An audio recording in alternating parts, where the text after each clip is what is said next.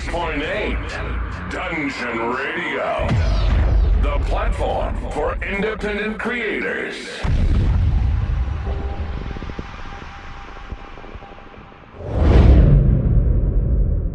Yeah, I'm kind of jumping around a bit. Um, a part of my life that I would say that speaks directly to me.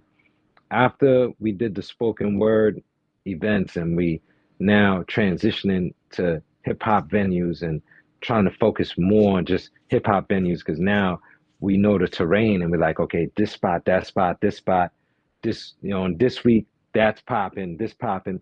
I done linked up with my brother lifelong through his girlfriend at the time, Mahogany Jones, who was a member in Inner Circle, and then he came in a circle, after freestyling with us and building with us for weeks. And he's like, damn, y'all my brothers, I'm gonna show y'all around. So he took us around the town. Now I'm not super sharp with the words yet, you know, but I'm making beats because my cousin had sent me um, a rack mount Akai unit um, so that I could do one shots.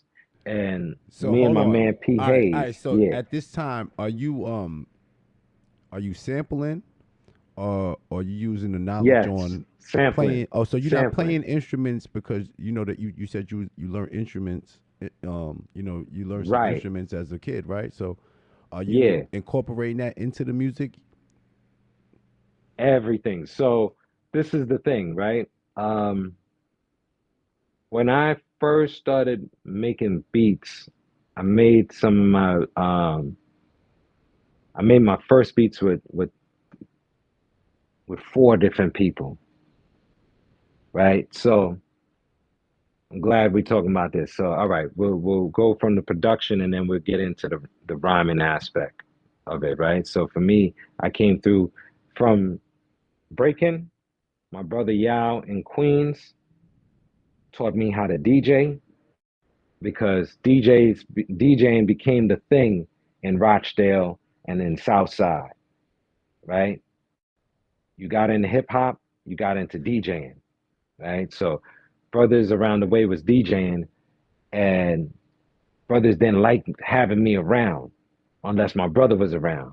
So if my brother's around, because they all older than me, if my brother's around, it's cool because Lucky could calm Ruben down when Ruben acted stupid, right? So when my brother wasn't around, they'd be like, yo, you gotta go. I'm like, yo, I want you to teach me that, they ig me. My man Yao stepped to me, you know, RIP, my brother Yao. Great brother, beautiful, beautiful brother, beautiful personality. Stepped to me one day and he was like, yo, Rule, Howie and them don't want to teach you how to DJ. When I get my set and I understand what I'm doing, I'm going to teach you. I was like, bet. So he got his set. He was doing his thing, getting his chops up, getting nice with it. When he got nice with it, he really stepped to me. He was like, yo, you really want to learn this? You got to be serious about it. You got to practice it. Every weekend, you got to be here, bro. You know, I would get up 7 in the morning, be at his window, knocking on his basement window, waking him up. Like, damn, you really serious? I'm like, hell yeah, you know. I'm downstairs. He'll be in his bed, his brother in the other room. But the doors, it was like you go through one room to get to the next room type vibe, you know?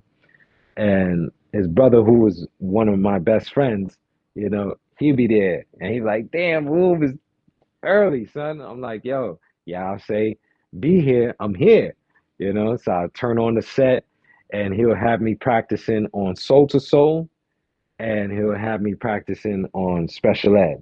I got it made. So what? This is DJing or making beats? DJing. Oh, This is DJing. DJing. Okay, okay. So Yao is the one who showed me like because when Yao and them moved in the neighborhood, me and my brother stopped dancing because that's just how nice they were.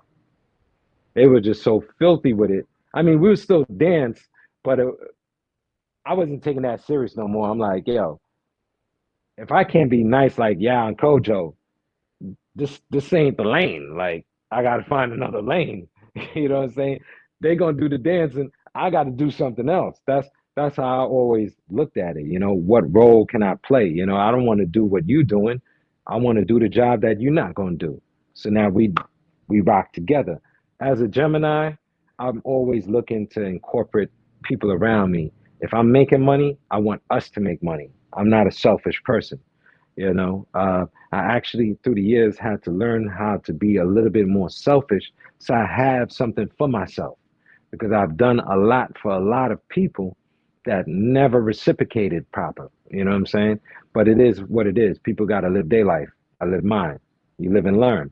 So I've learned. You know, um, but Yao brought me into DJing. Now that brings me on the records. I'm on the turntable. I'm learning how to bring the record back, how to spin it, how to cut, how to blend. I had loved blend tapes, you know, and he was teaching me how to do it, So I'm like, oh, this is how they do it. So now I'm on some equipment for the first time. Moved to Long Island, you know, or moved to Nassau, I should say, and linked up with my man Messiah. He was into DJing and he was an artist and he was an MC. I'm not MCing at this point. You know, I want to DJ, and I found a way, you know, to get some turntables, but they were Geminis, and when you pull the Gemini back, the belt is weak, so it has a lag. You got to pull and kick. You know what I'm saying? So instead of getting into all of that, what I did was I took a smaller rubber band, a tighter rubber band, and I put it on my plate. So when I pull it now, it reacts similar to a technique. Not as clean, but very similar. Yo, that's You know, smart, bro. Damn, I wish I'd have known that at the time, bro. When I was DJing, that's smart. Cause I had some word because you Geminis. you know how the gems go, Yeah, yeah, and and it I was the had the Gemini plastic plate. mixer. You know, I bought mine Hell used, yeah, but so it was a. pyramid Gemini mixer. hmm Yeah, yo, bro, that's what we was on, man. It's We was funny on because that I just time. seen Red Alert or some old footage of Red Alert. He had the same brown and black Gemini mixer with the wood on it that I had.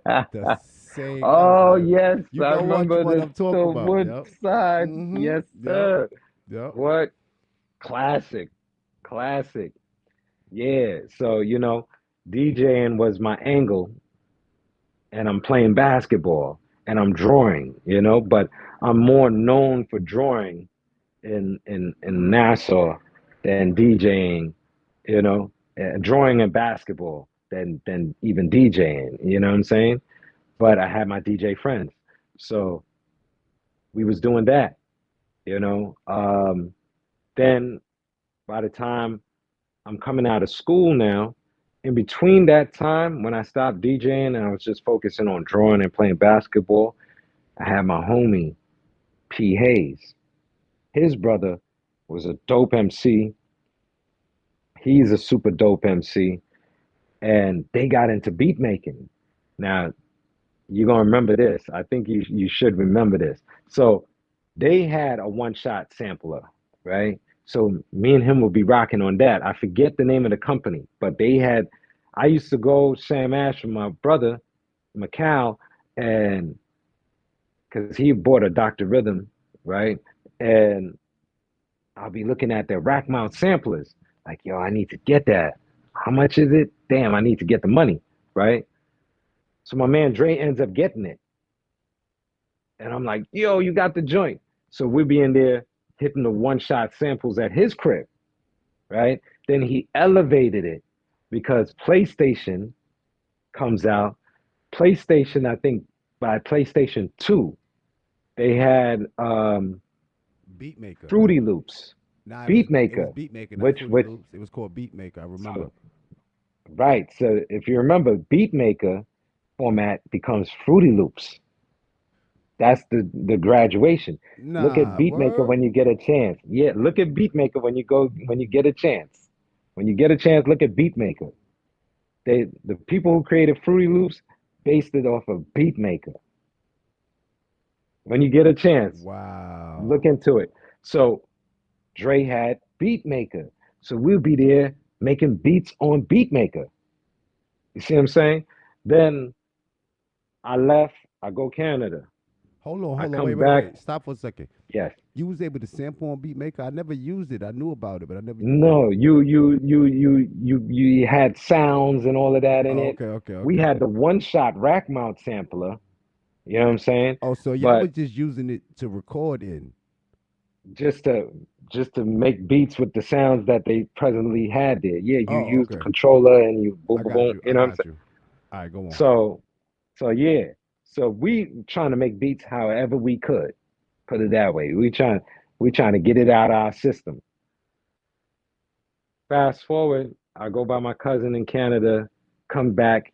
The machinery that he taught me how to make beats, which allowed me to sample, make drum patterns and all of that, he sends me the sampler because my first beat, I might have it. My first beat that I made with him was Pink Panther.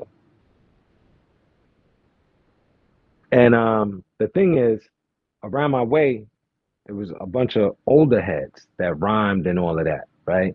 So in between the years that I'm with Dre to the point of me graduating, right, from high school, in those years, I was in other people's studios. And what I would do is be like, yo, take that record, that, or I'll bring records. I'll be at home listening to joints and be like, all right, we could loop that. I'll go to my man crib. So now there was a studio that my man created called um, Upstairs Records. I have the logo. I did the logo actually for that spot, and it was my man Lamar. Now Lamar is Rakim's cousin, and how me and Lamar become good friends is that Lamar was at the time in our neighborhood. He was the best MC. Like I've heard so many MCs at that point, from Dark Side, you name it. And there's marvelous MCs. I mean, Rakim, uh, Superboy, Dane, um, Godfrey, you know, Donuts. He had his group at the time. Um, Godfrey, you mean you, Dino Brave? You went Dino Godfrey? Brave, yeah, yeah. Man, Mike boy. Raw, Mike, Mike La Raw? Cool. Bro, listen to me, Um, bro. Mike Raw, bro. I don't mean to cut you, bro, but when it came to UN, bro, Mike Raw, bro, insane. Rest in paradise, my brother. Yo, he used to have the most insane, hardest verses. Yo, when he came on, bro, when he started rhyming, bro, I just wanted to punch the concrete, bro. That's how hard yeah, his shit was, yeah. bro. Yeah. I Yo, mean, Dark Side has flood of phenomenal MCs. One of my favorites from Dark Side, besides Dane, which was Soup. I about to say super, Um, yeah. yeah. Besides Dane, would be my man Split Personalities. Split Peas. Who that? Darnell was phenomenal. Where was he He from? lived on he lived on Smith Street. He lived not Yeah, familiar. down the block from yep. Unless I know him from Split, another name. Gotta know him. Darnell. Darnell is his government. I don't know. Don't remember. Yeah, but Can't recall that. anybody, this era you may not have been living here as yet. This is Got the you. era of Rowdy Bunch. Long Island has different eras of different waves of artists. So in Lamar's time, Lamar is around the age of Rakim, and Lamar was a shade under Rakim's lyricism back then. When Rakim is hitting you with follow the leader and let the rhythm hit him, we had Lamar in our neighborhood. And Lamar was definitely at that level. Absolutely. I mean, if if he held on to his tapes, so I'm gonna explain this. This is how I'm getting into rhyming now, right? So with the producing, Lamar was the first studio that, and he had an ASR 10. Back then, you had a piece of equipment like an ASR 10 and an 8 track. That was the studio. You know what I'm saying? So this is what we had at the time. You know, he Yeah, went and I bought had the ASR 10. I had the Hmm. ASRX. Where Okay, true that's indeed. a fact. I didn't have the So keyboard red one. box or black box? You I had had the which one? black Red or box. I had the black? black box. The Word. original The one. original. Yeah. Yeah, yeah, yeah. I I wish got I one had in the red my, box. I didn't know they had yeah, the the red red box box until is I seen official. an interview with Cannon. You know, drama homie Cannon. Okay. Yeah, DJ Cannon and shit. Y- That's when I was like, oh shit, I Yeah. got a red one because he had the same one I had, but it was in red. But I had a black one. My my play button broke and I had to use like a safety pen to press play, bro. I used that shit till the Uh, wheels fell off. But yeah, that's I how I feel got you. nice with sampling, bro. Word, that's how I got nice with sampling. Yes. Because I used to try to do it on Fruity Loops when it first came out, but I wasn't Yeah. good. And you know what I mean? I'm more hardware. You know what I mean? I'm out of gear Me than too. in gear. Like, you know what I mean? Like the plugins and shit is cool because that's what I'm on now with the Fruity Loops and shit. But I'm ancient, bro. So I come from the same era you come from. So you know what I mean? True. You know what I Yes, mean? sir. So We come from that hardware, yeah, yeah. So you know. it's nothing like that. You know, the sound is much warmer. It's more heavy. You know, Yeah, ain't nothing soft. Ain't nothing soft, brother. at all, at Ain't all. nothing soft in our You know what wear. I mean? We was At straight all. hardware. You know what I mean? Core hard jackets and all. You know what I'm saying? So yo, so let me Word. ask you a question. So the Yes. backtrack a little bit. You were saying how you used Yeah. to come Because I know we jumping downstairs. around a little Nah, bit. it's cool. It's cool. It's cool. So look, you say you used to go downstairs when your mom's was washing clothes, and she used Okay. to listen to these tunes and everything, and then you end up going to Yeah. the library, and you end up getting Yeah. your own tunes. You said about like first grade or whatever. Now, Yeah. when you got older and you started making these beats and sampling, Mm-hmm. did you go back to that memory bank of being a kid and you know what I Absolutely. mean? And oh yeah, I remember this joint, Absolutely. and then go there and grab something from there. Absolutely. So what I used to do, right? This is kind of like my method. Um, I'll be in my studio, I turn off the lights, and all you seeing is the light from the equipment, my turntable, and I'm putting records on. And I listen to the records in the dark because the lyrics become like a movie picture to me, you know, and the music. It could be just raw instrumentals. It don't even have to be lyrics to it. And it's just painting pictures in my head, you know. And it's very easy for me to create visuals, and I get those visuals. You know, that's where the art aspect of me comes into play, and I just start crafting something, bro. I hear something, and I'm like, okay, I'm gonna take this and mix this with that. Now, my original style of sampling is not quite my style now. You know, now I might take a little something from here and then I'll add on, you know, I'll start composing music with it, you know.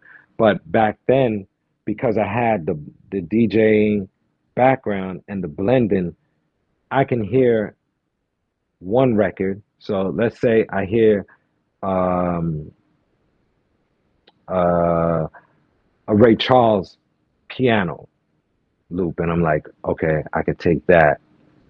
And then just giving an example, it's odd, but I'm just gonna go far extreme. And then I take a Al Green voice sample and I merge them together. You know, I hear it in my head. As soon as I hear this, I hear that, and I'm like, these two things go together. And I'll put them together. And that's how my sampling style originally was. It was I would layer samples together to make one beat, you know, because I'm using the blending technique. So I would say my original sample style was a blending technique from the blend DJs. They would take the vocals from here and the beat from there Yeah, and layer man. it together. I came up in that era too, man. You know, South Bronx brother. I came up Ron G, Kid Capri, You already Chill know. Will, SNS. You already So know. so those blend tapes was everything, man. You know, Yeah, like yeah. I even insane. sold mixtapes But too. hold on though. Wait a minute though. It's crazy that you took that thought over to making beats, like the whole blend. You know, you Yeah, blended that's it. my So you technique. took it over and you started doing that, making the beat, and you just took that same method and you just added different, you know, Yeah, records to make, substitute. yeah, Yeah, to make this one creative, incredible beat, right? So yeah. I call it a collage. I yeah, make yeah. collages. My beat style is a collage style. So to this day, that's how I use instruments. When if I'm pulling something from a sound module, um, you know, It's because I I say that not to mhm. cut you, but I say that because I'm a person. You know me, man. I make music too, like you. So Yep, I never absolutely. had that thought process to incorporate the same method as the DJing over to making beats. Far as like taking this song and this, I just did it as these are chops and this that and the third, and look at it how you look at it. See, sometimes when you look at shit from a different view, you get a different outcome. So now, if I'd have True looked indeed. at it from that way, I probably had a different outcome. You know what I'm trying to tell you? Because Yep, I yep. never looked at it like that. Like, you know what I mean? Like, that's crazy, man. But So yeah, the go ahead. reason why I was doing all of that is because when you know, just for the mindset, just to show you the mindset of when you come from one country to another. When you come from a place like from my era of Trinidad, it's easier to come from this era of Trinidad into America than from my era or even from my parents' era because it was more considered a rural place, you know, the look, you know, the speed, everything. So coming here, I had to find things that were relative. So I ended up training myself to find the relation in things versus looking at the differences, you know. So that's how I end up creating music the way I create it because I look for the relations in things versus the differences, you know. So listening to different genres of music, there's times my mom got Al Jackson going, and we listening to songs that she's been listening to for years, songs that she grew up on, artists that she saw when they were in their 20s performing, in their teenage years performing, you know. So she was there, and I'm listening to a song. I'm like, Ma, you hear that? And she's like, what? I'm like, that notation, that horn playing right there, it's playing what this guitar plays in this song. And she's like, no, they're two different songs. I'm like, all right, watch, man. I know I hear it. Sure, remember the melody? Because my mom whistles. My mom and my dad, they could whistle anything they hear, right? I'm like, remember that. And then maybe the song don't play this week, but it play next week, and then it's coming on, right? I'm like, Ma, you remember that song? She'd be like, yeah, blah blah blah song. She knows the artist.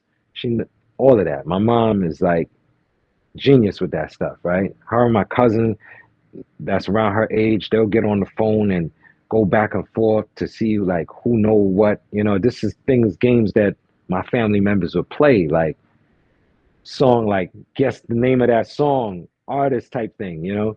So she remember the song, and then this song comes on. I'm like, Mom, look at that. You hear that playing?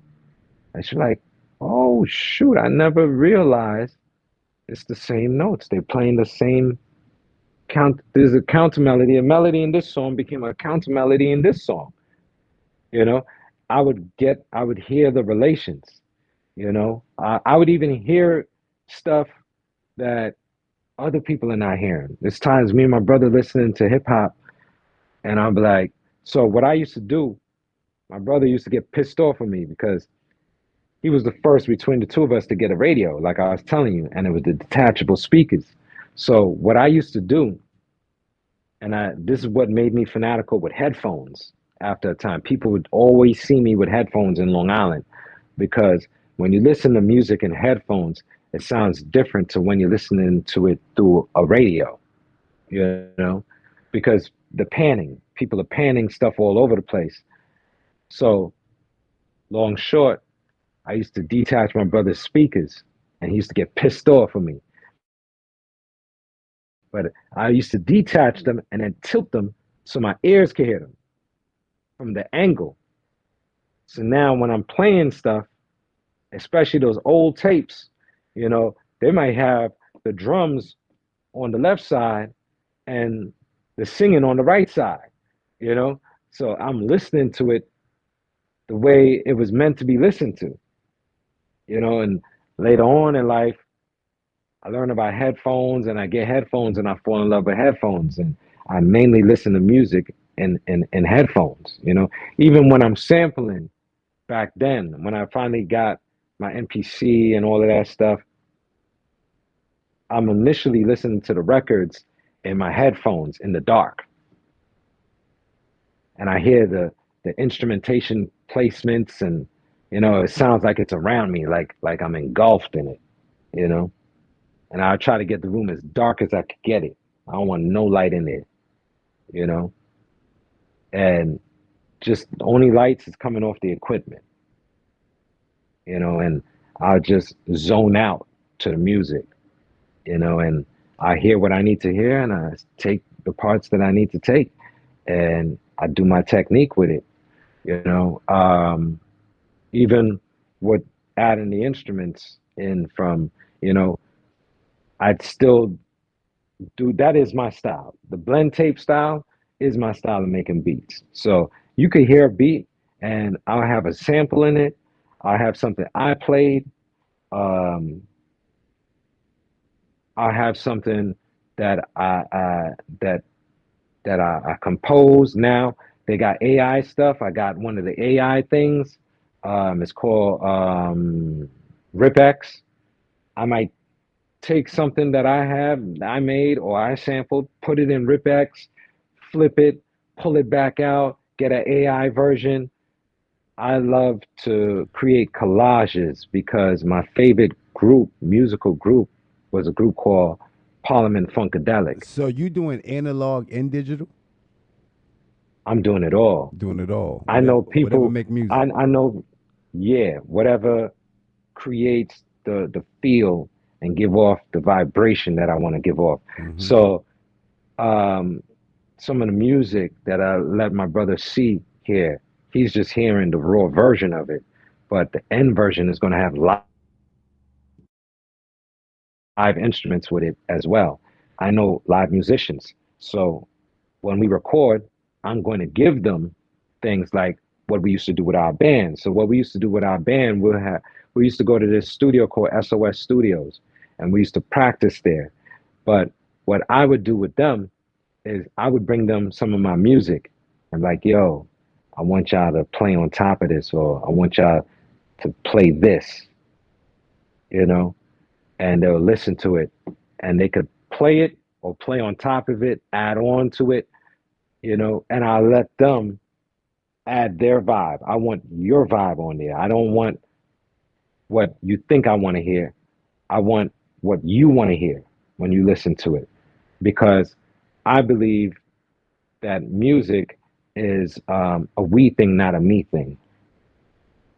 You know, the true essence of music was gatherings of people that come together with their instruments and their vibration, and we all made a sound, and we created music together, and enjoyed each other's company. We entertained each other, you know, and that's I hold a tradition, and the influence of that comes from me being in drum circles from Trinidad to America. Central Park. I used to go to Central Park on the weekends. Those who know. Rossi Knock, brother, Rasta brother that I know, Elder, they used to have a drum circle out there. And people would come out there, do capoeira, they African dance, they hip hop dancing, breaking, popping, locking in the drum circle in the middle of Central Park on the weekends. And I used to go to those sessions. You know, people would come there, and they're vibing off the drums, and they might be off on the grass, right?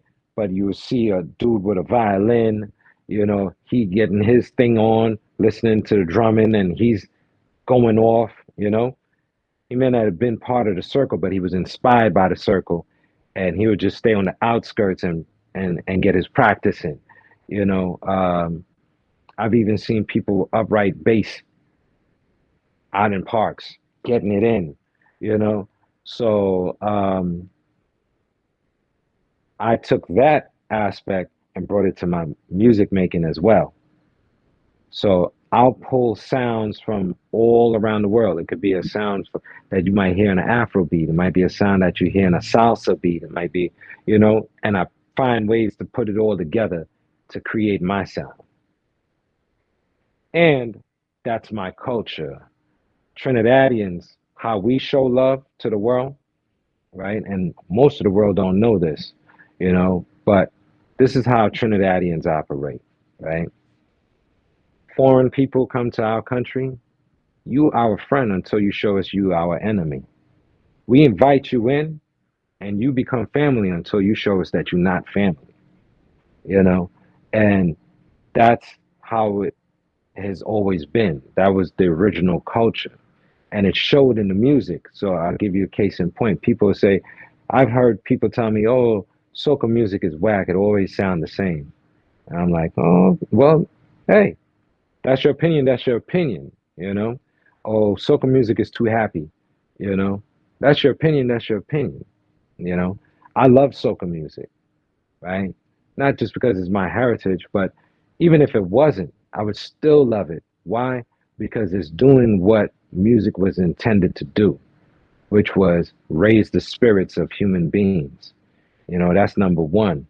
Number two, soca music is very unique, and soca artists are very unique people in the sense of how they approach their creative process. So now, as they travel the world, right, or come in contact with different genres of music, different musicians, if they dig you, if they like you, they show appreciation through their music. They'll adopt something from it could be an instrument, it could be how it's played, it could be something you say and how you say it, and they adopt it and put it in a song or many songs or throughout their album to show appreciation for their connection with you. Because we respect connections with human beings. It's not folly to us. It's not like, word is wind. We're not just saying things to say things. When we say something, we definitely mean what we say when we say what we mean. You know what I'm saying? So that's how we operate as a people. So I even bring that aspect to my music making as well. So I listen to different genres, and there's times I hear different sounds, and I adopt those sounds into my sound.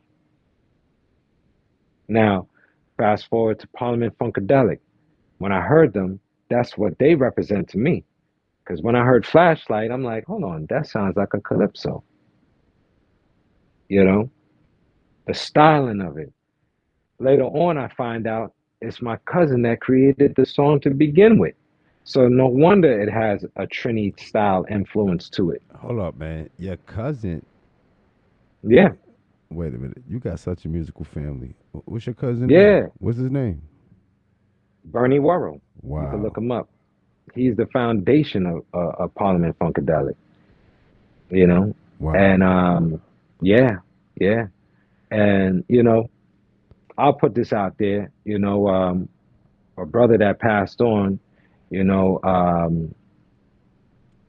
salute to that brother. It's funny. I came in contact with this brother, not even knowing that he's family to me, through Bernie Worrell. Found out when he passed on. And it saddened me and my brother to find out how he passed on. But you know, to each his own, and he dealt with life the way I guess he felt he knew how to, or you never know what goes through a person's mind. You're not there. You know what I'm saying? But brother Chino XL is a relative of mine through Bernie Worrell. Bernie Worrell is his uncle.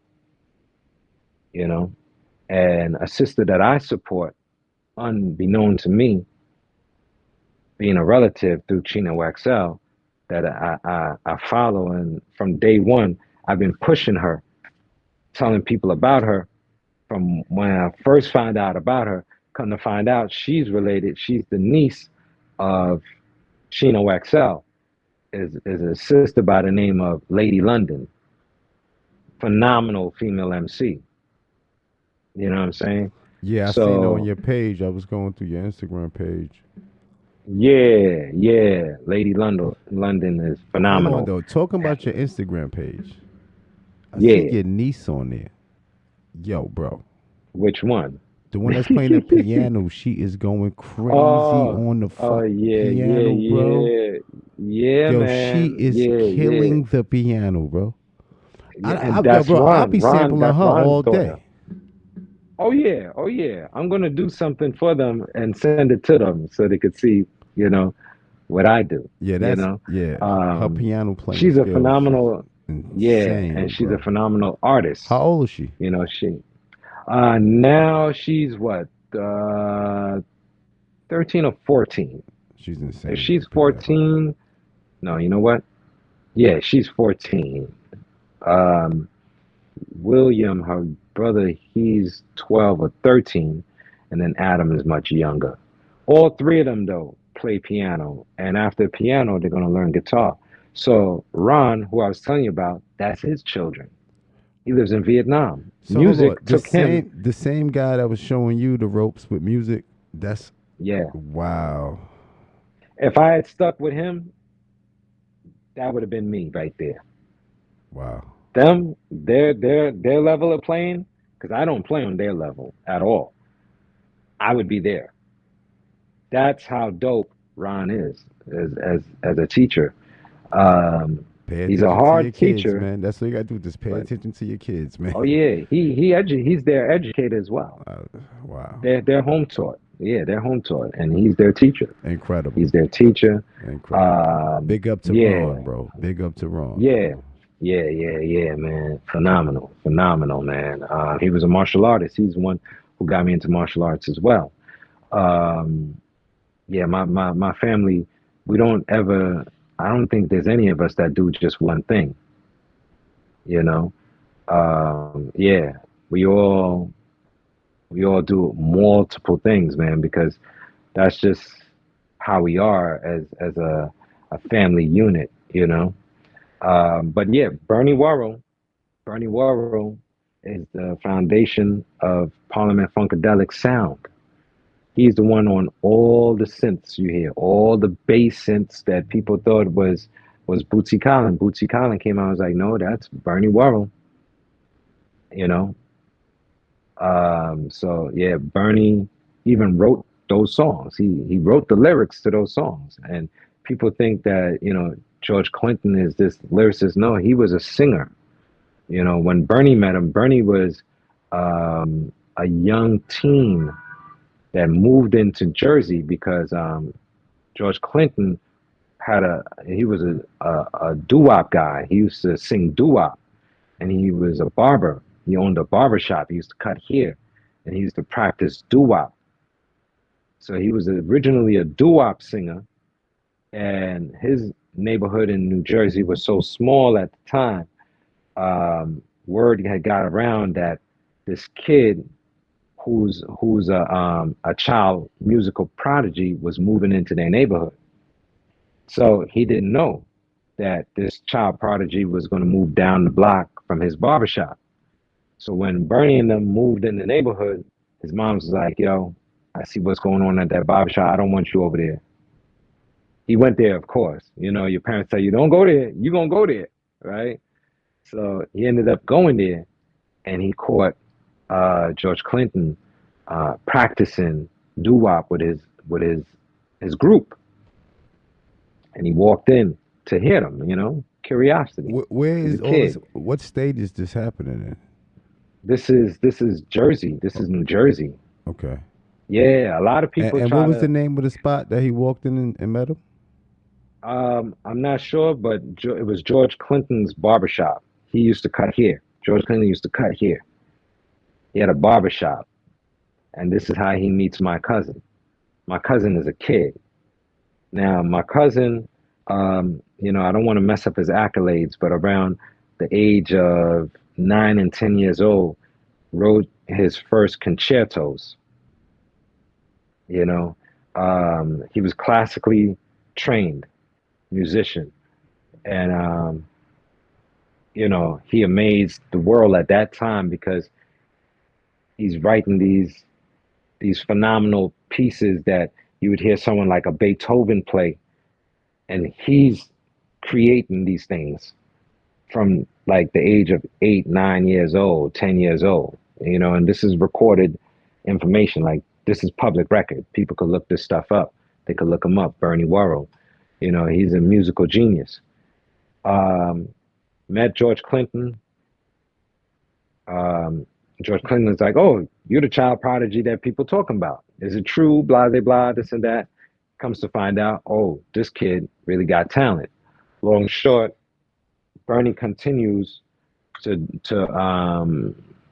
his musical path and his path in school.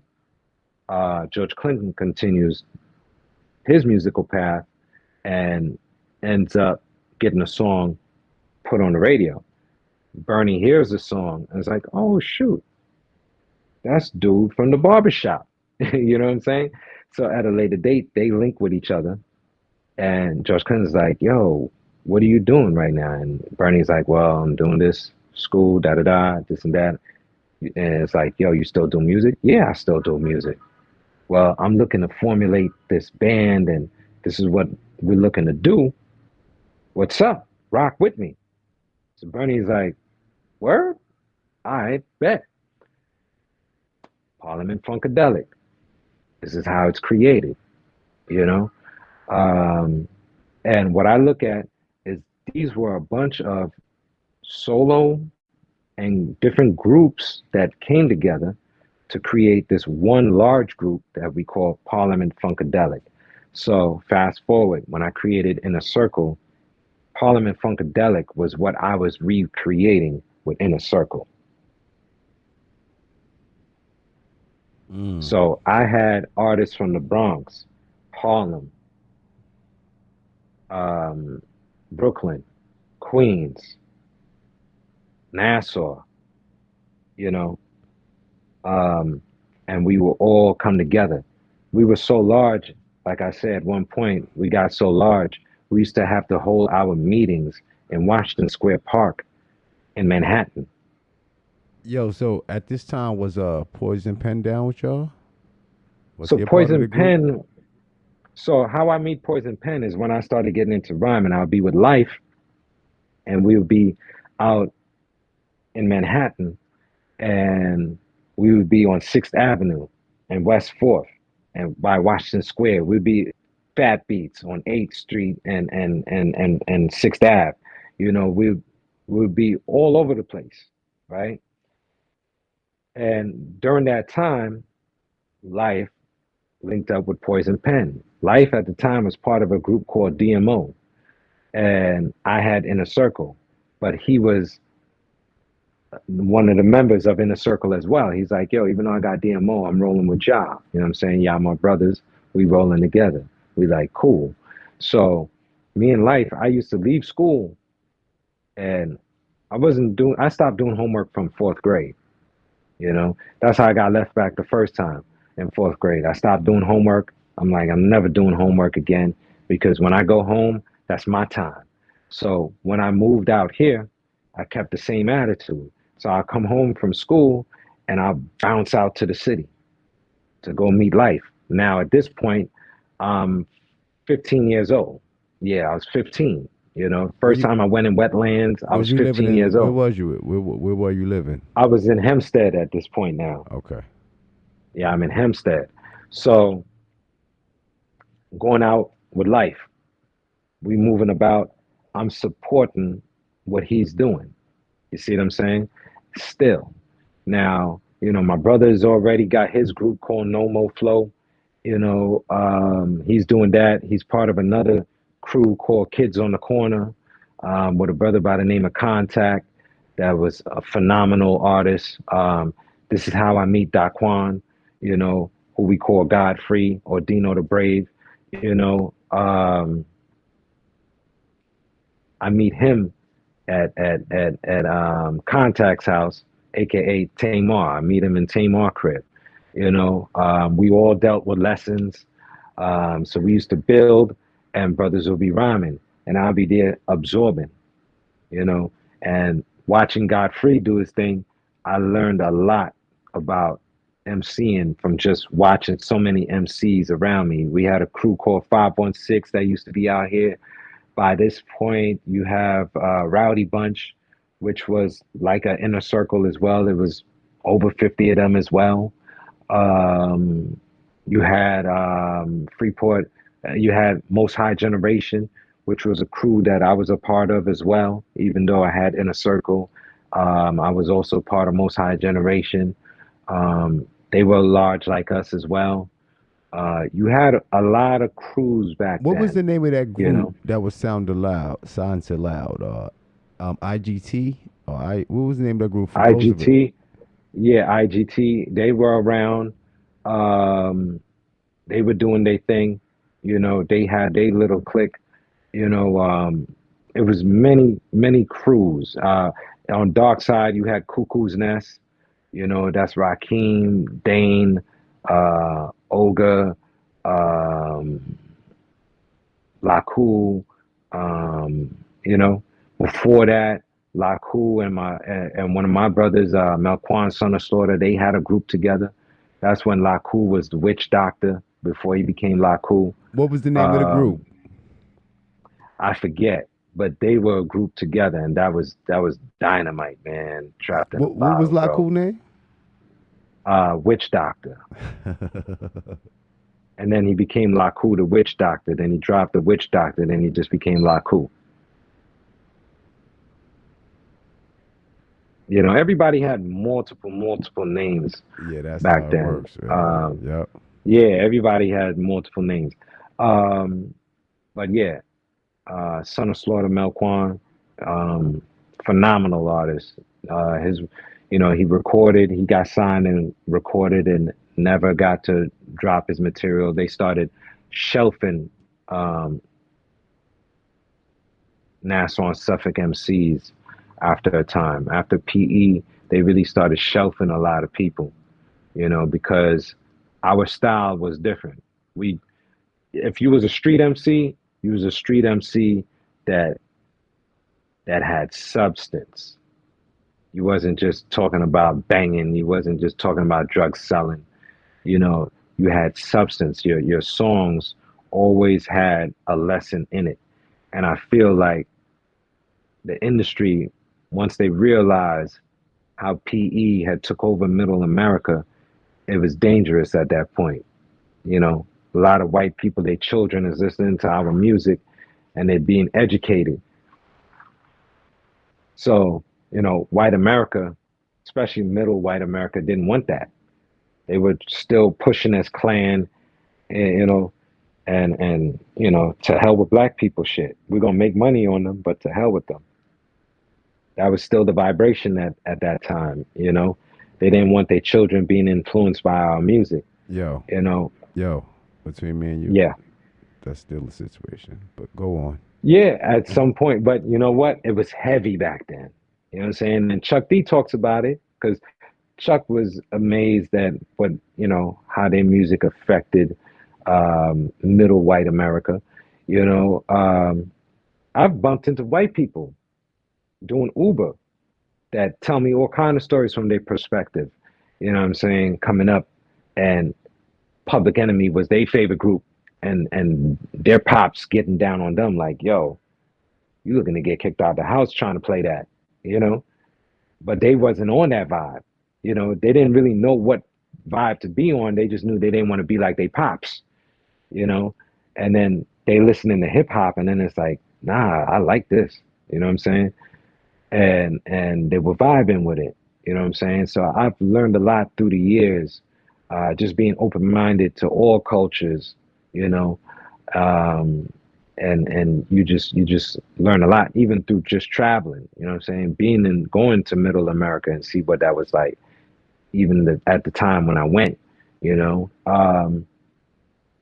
It's wild, you know what I'm saying? Life in America, um, being so-called black in America is wild, man. It's definitely um, a unique way of living. I don't think the rest of the world could really grasp that unless they're dealing with the level of racism that you find in America. You know, um, Racism to me, you know, this is the birthplace, you know. But that's another story. Um, Getting back to the music. So when Yeah, I you created Inner Circle, okay. the idea was Parliament Funkadelic. So this is, and remember, I'm coming from the DJing, so I'm thinking blend tape style. Mm-hmm. So when we're performing, those who can harmonize, they're gonna harmonize on top of the beat. Because I always said I watch enough performances at this point, and I'm like, what's gonna make our stage presence different from our record? It got to be something different. So the flavor got to be different to make you want to come out to the show. This is how I used to think. So you know, when Lovely's around, I always have her harmonize and sing over beats because that's not the original record. You see what I'm saying? That's the performance record now. You see? Another thing that I would do, I would pre-meditate the show and do layout.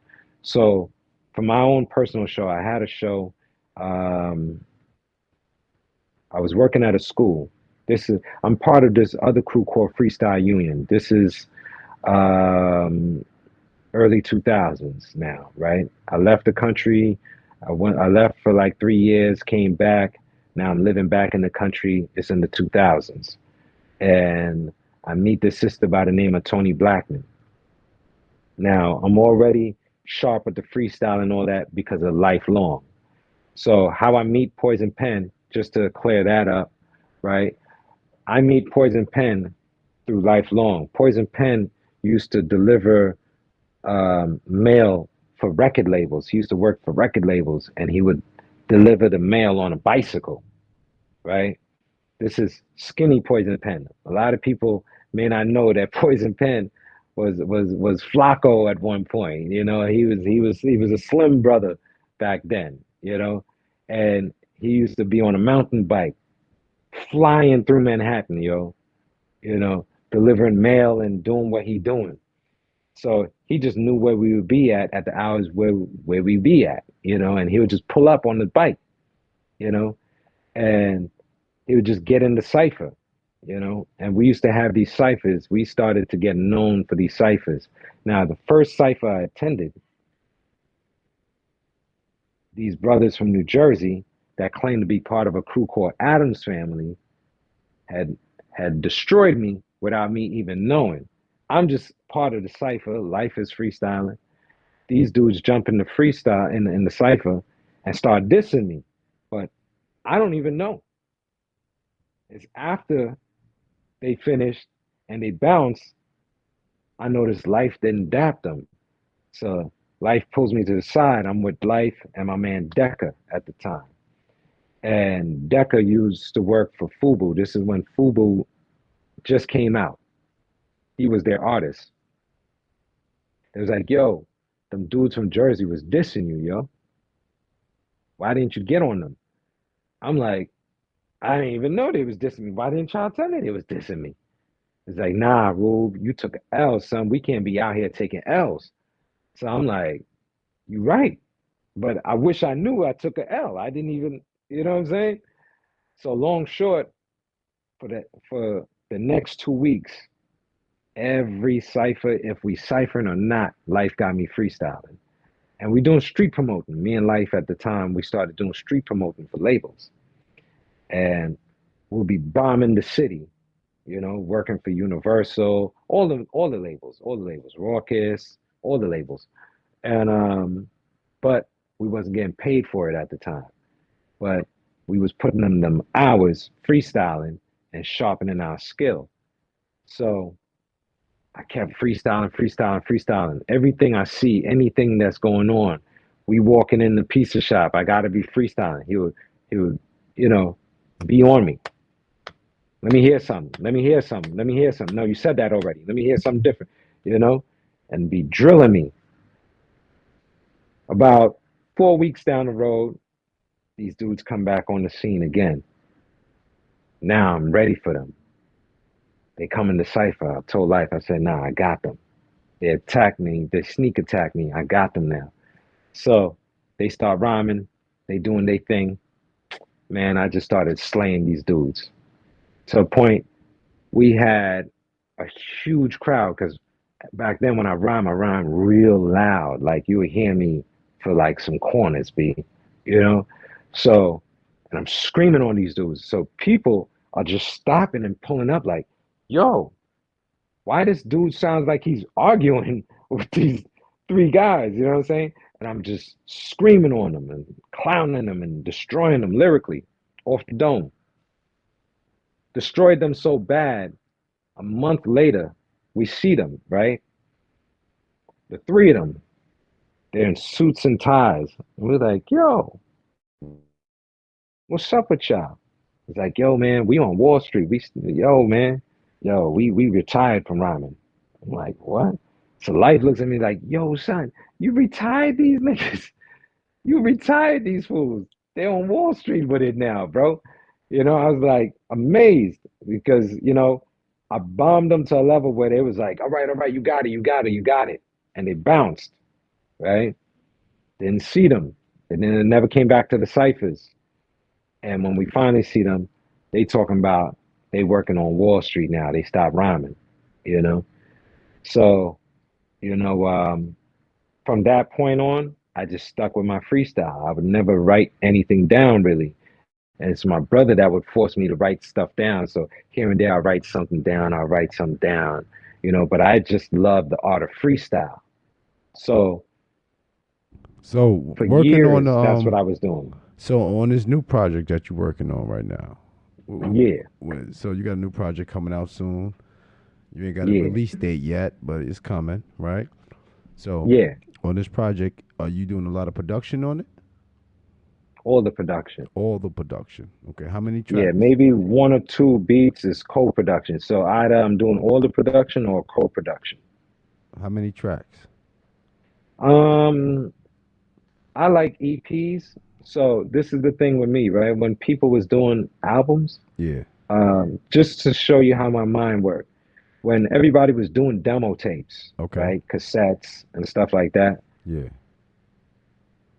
I told my crew we gonna get a camcorder and record ourselves, and we're gonna send that as our demo.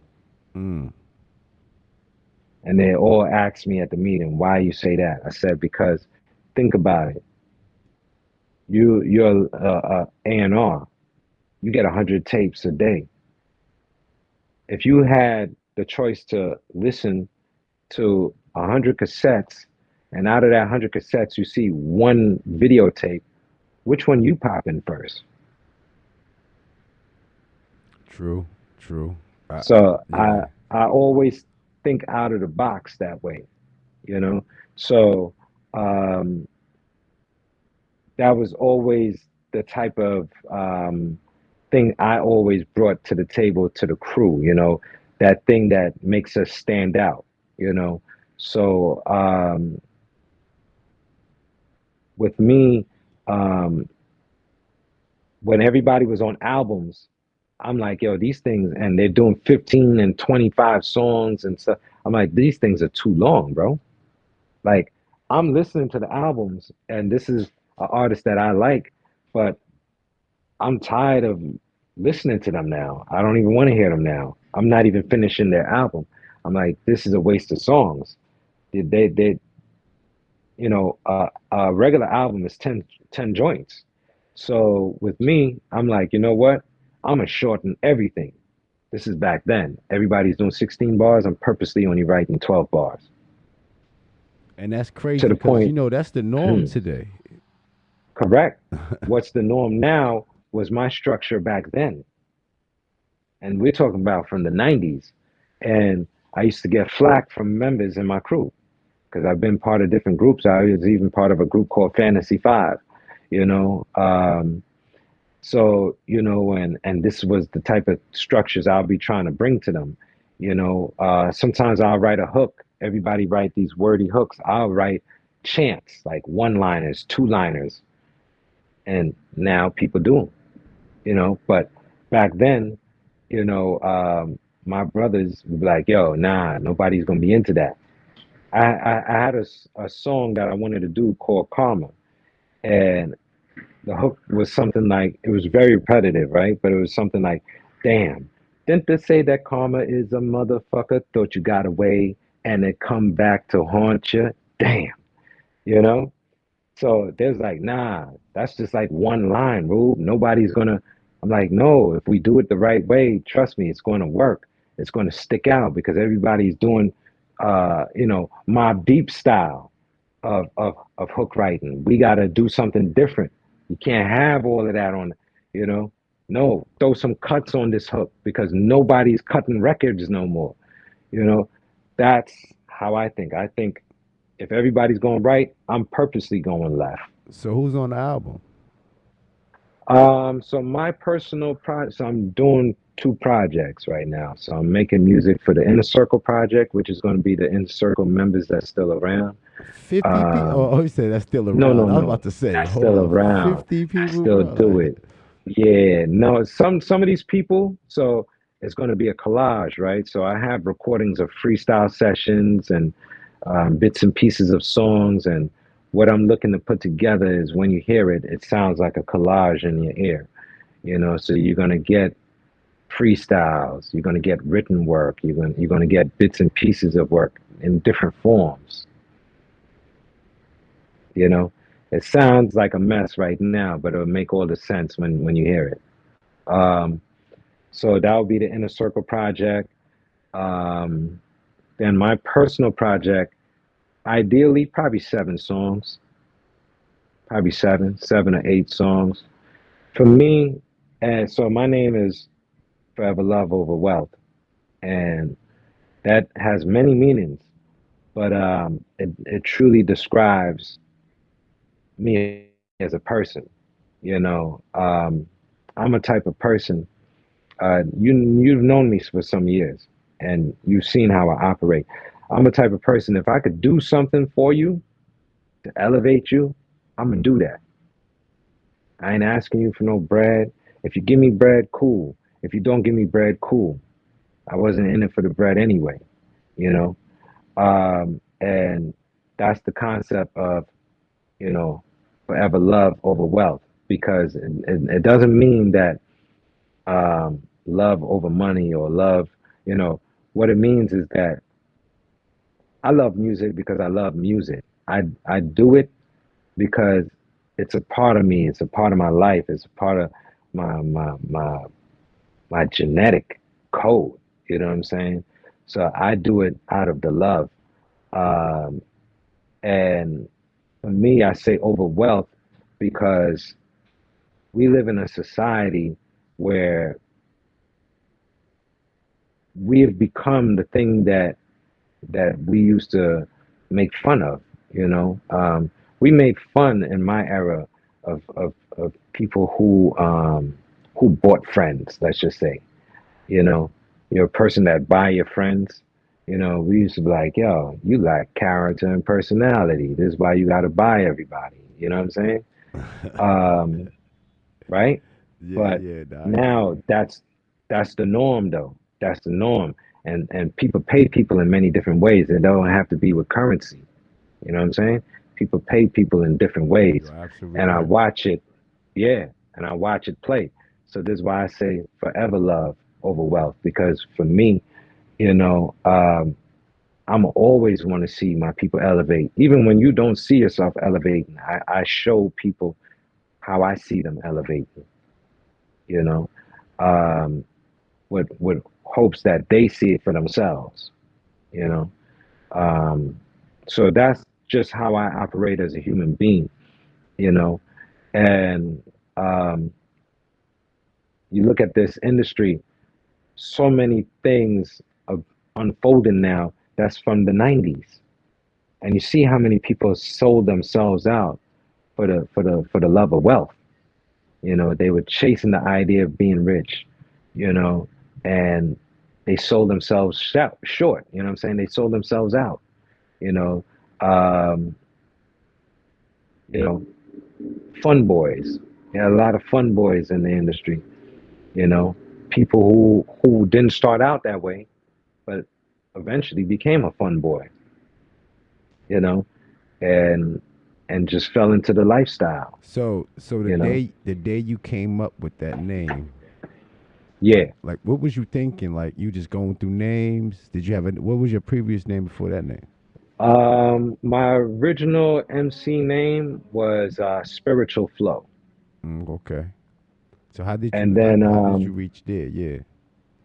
so so when I started freestyling, I just don't think of anything to. So brothers used to that you would freestyle, be like, yeah, as this one is rhyming, I'm catching the vibe, and for them, they're in their head, coming up with lines. I could never do that. With me, I'm put on the spot. It's my turn to go, and just whatever comes out comes out.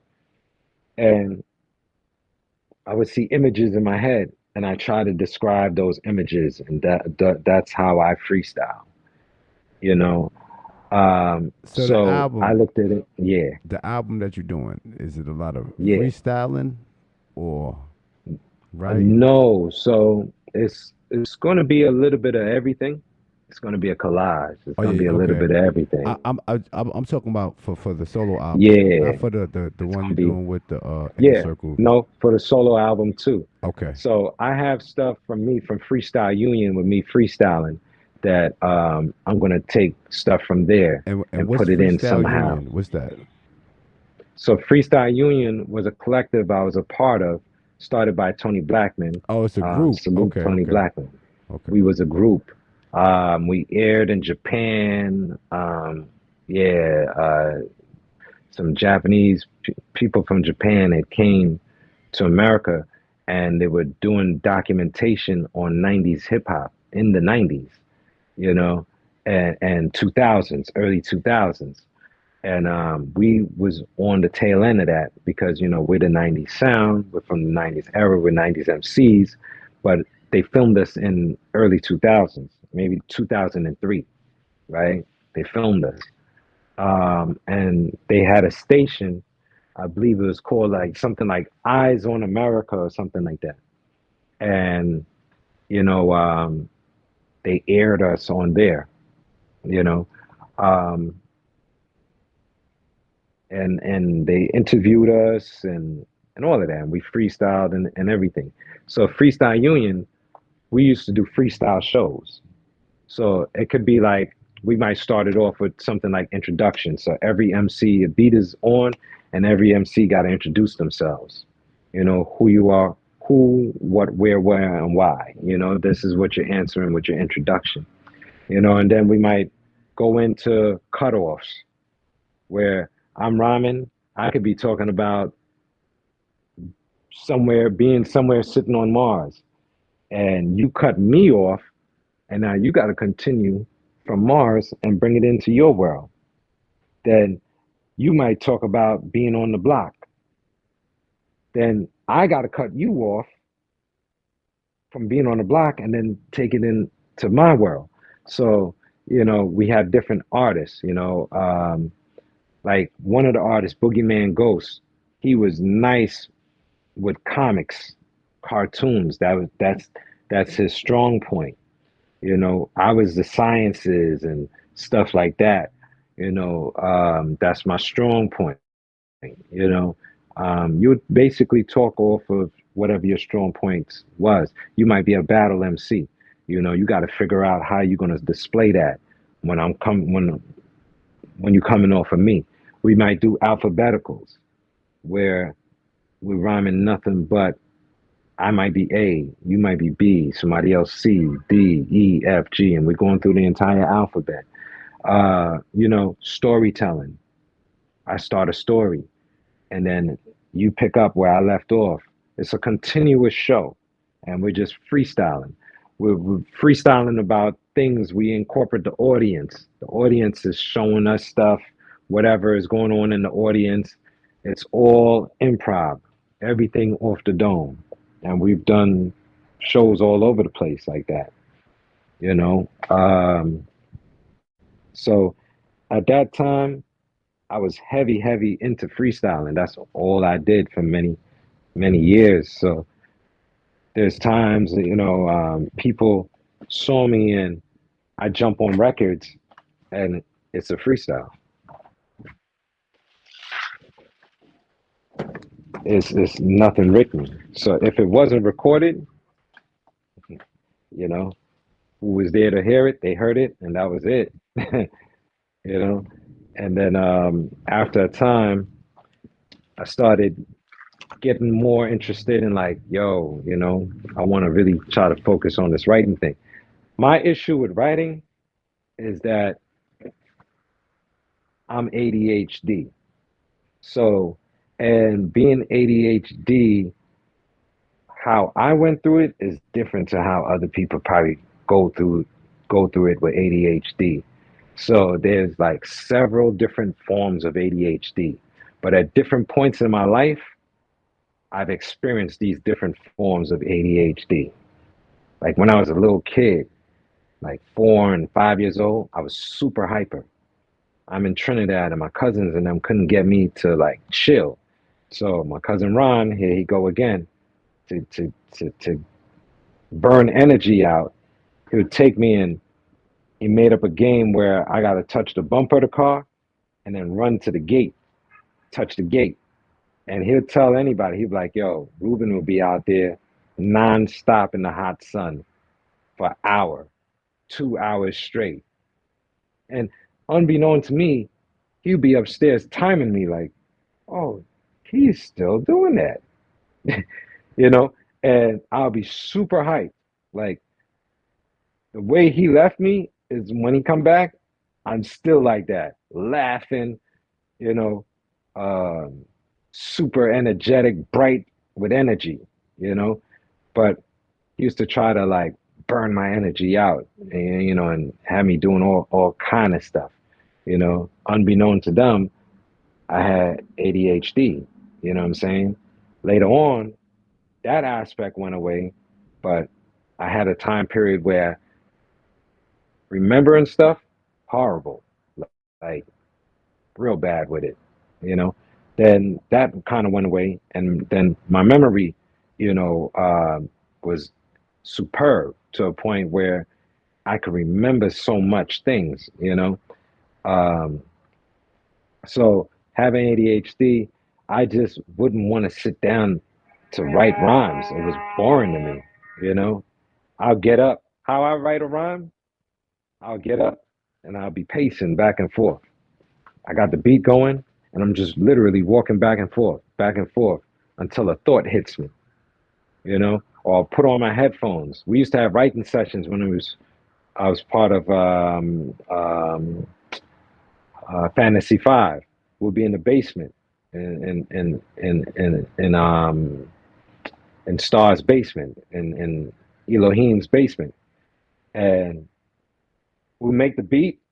Right, me and Elo will make the beat, or me and Heartless, we make the beat. Whoever's there, we'll make our own beats and then write the rhymes immediately, right? So we'll make the beat and start writing the rhyme. As soon as I get stuck, I just put on my headphones. I'll be like, yeah, I'll be back. I either jump in the car or I just start walking until a thought hits me, you know? And that's how it will come to me. Now, anytime a thought hits me, I try to write it down or record it. Write it down or record it. And I'm just going. And sometimes I wake up in the morning and write a whole verse, but it wouldn't even have no type of timing to it. It's just words. It's just whatever came to my head. And I just write it out. And then later on, I'll formulate it to a beat, you know? So I have had, because of this ADHD situation, I've had all different kind of situations when it comes to writing, to a point you saw me one time and you was like, yo, Rube, I hear you not doing music no more. I was like, nah. And he was like, yo, I heard you went and got a game system. What what you doing, man? I was like, yep, that's what I'm gonna do. Nah, bro. Nah, you. I Uh, stopped doing music. that And that you was wasn't like, a good yo, thing, you. man. So this is what happened to me, right? So I had an overload because I was doing too much. I was an engineer. Then I got to sit there. I got to make the beat. I got to engineer the song.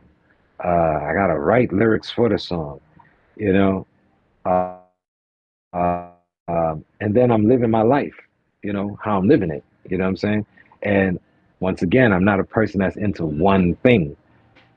It's easy to be great at something when it's only one thing. You know, it's hard to master anything when you're into multiple things, and that's always been my life. I've always been a person that's been into multiple things.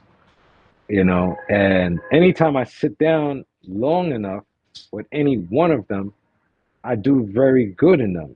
You know, um, but to get me to sit with one thing long enough and not become bored is the hard thing.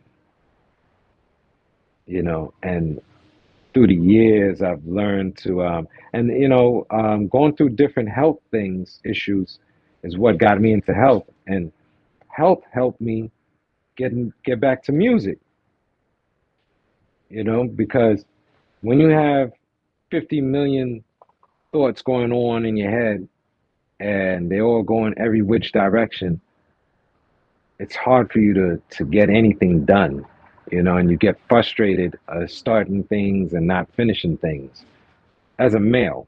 You know what I'm saying? Um, if you're really a self-analyst like myself, it will frustrate you that you start something and you know you can excel at it, or you are excelling at it, but you don't finish it. You know, it's kind of like having, as men, it's kind of like having a girlfriend that you put a lot of time and effort into, and then you get no reciprocation out of it. Frustrates you. You may love that woman, you may love your relation you have with her, but you don't love the outcome of y'all interaction. And eventually, what do? You quit it. You leave it. You get rid of that relation. That's why you went to buy that game that day. That's why That's I went to buy exactly that that's why game. you went to buy that mother game, man. And let me tell you something. If I really didn't care about music, or really love music the way I love it, I wouldn't it would have never upsetted me like that. But that's how much I love music. You know, I'm a person, one of my favorite groups, that I have had many favorite groups, right? We could talk about music all day, man. Um, X Clan was one of my favorite groups. I used to fall asleep listening to X Clan, like have their joint just playing in my radio, and I fall asleep listening to X Clan. You know, Yo, that's funny. I got a yeah. funny story. What was the member name that had the earring in his nose? That was always have the cane, Oh, Lumumba. bro. Yeah, Professor X. I was yeah, Professor X. I was in a hotel in Long Island. I think it was the Marriott with these Yeah. chicks. I was with these Caucasian women, and we was getting on. We was on the elevator, and it went down Okay. to the next floor. It was a concert at the Nassau Coliseum at the time, and Oh, true. it was all the celebrities were staying there. So we in there dealing with these chicks or whatever, and Yeah. he get on the elevator with two people, right? So you get on the elevator, Yeah. and the first thing he say to me directly was like, "Oh, I see you got the snow bunnies with you," because he was on his Black Power shit, right? Yes. Yes. Yes. Listen to me, bro. I look at him, and his whole nose is full of cocaine, Oh, yeah. and I Yeah. go, Yeah. "Oh, I Yeah. see you like the white girls too." Yeah. And he Yeah. just chuckled and got off the elevator. True story, bro. In the Marriott in Long Island. I was with my homie Dwayne. God bless the soul, bro. God bless the soul, Yeah. man.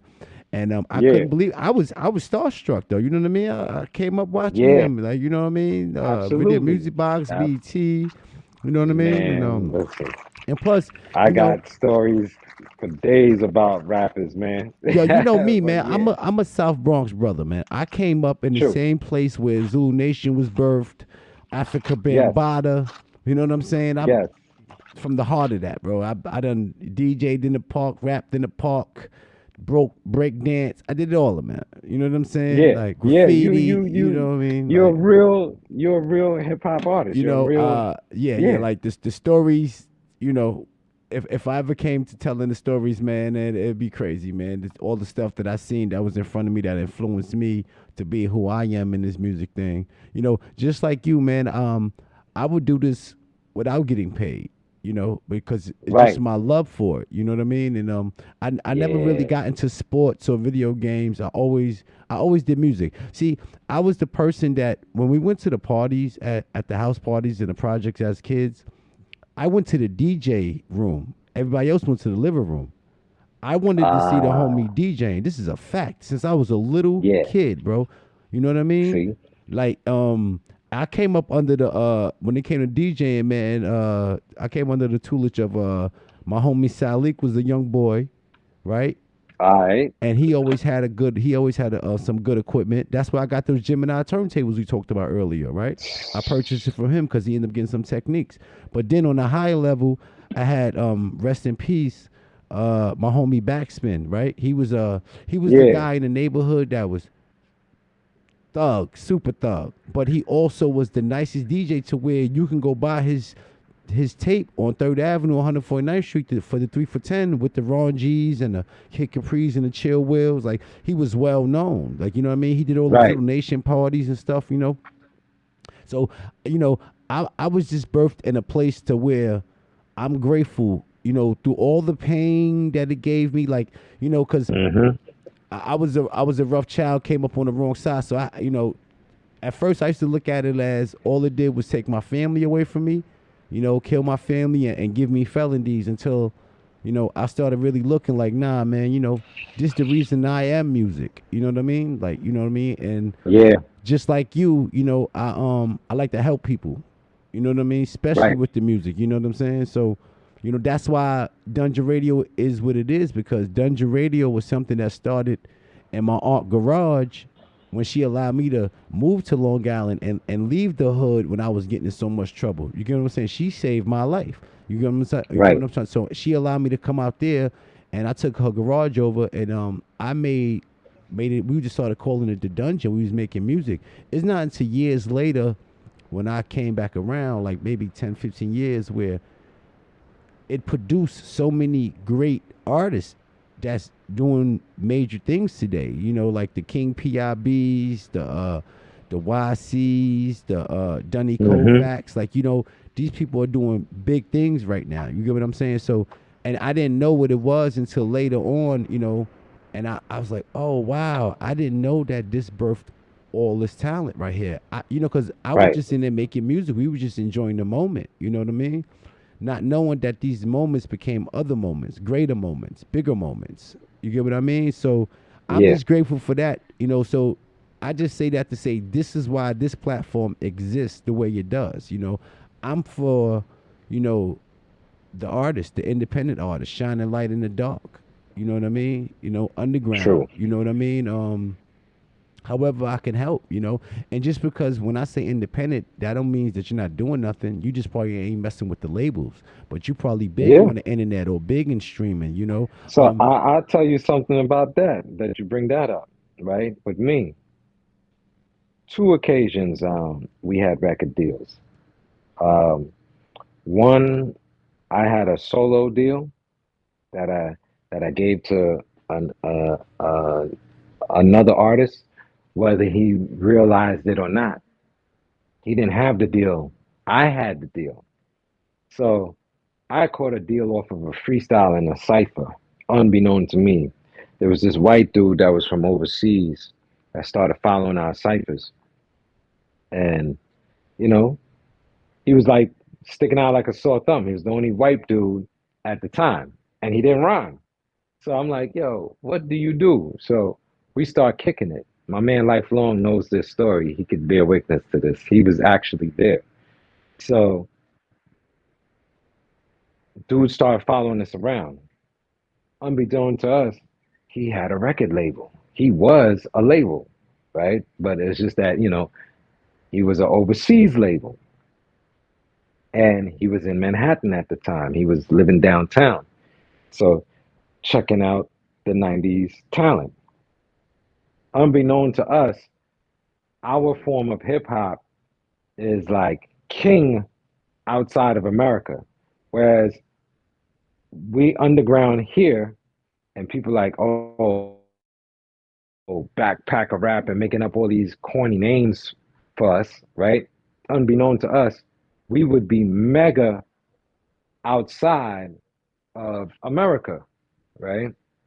So this was a dude, European dude or whatever, following us around, and he's listening to everybody. And one day he approaches me, he's like, "Yo, Ruben, um, I'd like to produce a song for you." So I'm like, all right, I kind of do my own music and stuff like that. He's like, "Well, that's even better, you know.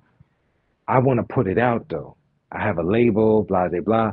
So I'm watching this dude like, is this dude serious? So he brought me to his crib. I brought Life with me. We saw his whole setup. I'm like, yeah, he could record here. Yeah, he got a nice mic, everything. His setup is official. I'm like, okay, you know. So he's like, what's up? Let me do a single for you, right? But I'm looking at this dude like so many things going on at that point in my life too, right? Good and bad things. And I'm trying to just balance out at this point, right? So he kind of really caught me at a bad point in my life, even though good things was going on, right? And he was like, "So what you think? You want to do the record with me?" And at first I was like, "I'll do the record with you if the flip side, if I could put my people on it," because I was always my people first, and that was one of my issues back then, even though um, I know who I know today because I helped them to get pushing and get pushed forward. Um, but I should have been putting myself first. You know what I mean? But my love for the art was always in a promotive aspect, so I was putting others before myself at the time. And long short, this other MC that used to follow us around, I remember when he used to be on a skateboard, right? And he was a cool kid. He used to crack jokes, whatever, whatever. He started getting nice with rhyming and snap rapping and did a couple of battles and he got the hang of things and then he started taking it real serious. But his parents wasn't taking him serious. So they was on the vibe like, yo, either you gonna get a job or you going to the military, right? So I'm like, this little dude, I can't see him in the military. They're gonna eat him up. You know what I'm saying? Because at this point, I got cousin that done did um, Desert Storm and all of this. I got homies and snipers and telling me all kind of stuff, stories that went on with them when they was in the military and all of that. And I'm like, yo, this dude will not survive, yo. You know. So I ended up giving him my record deal.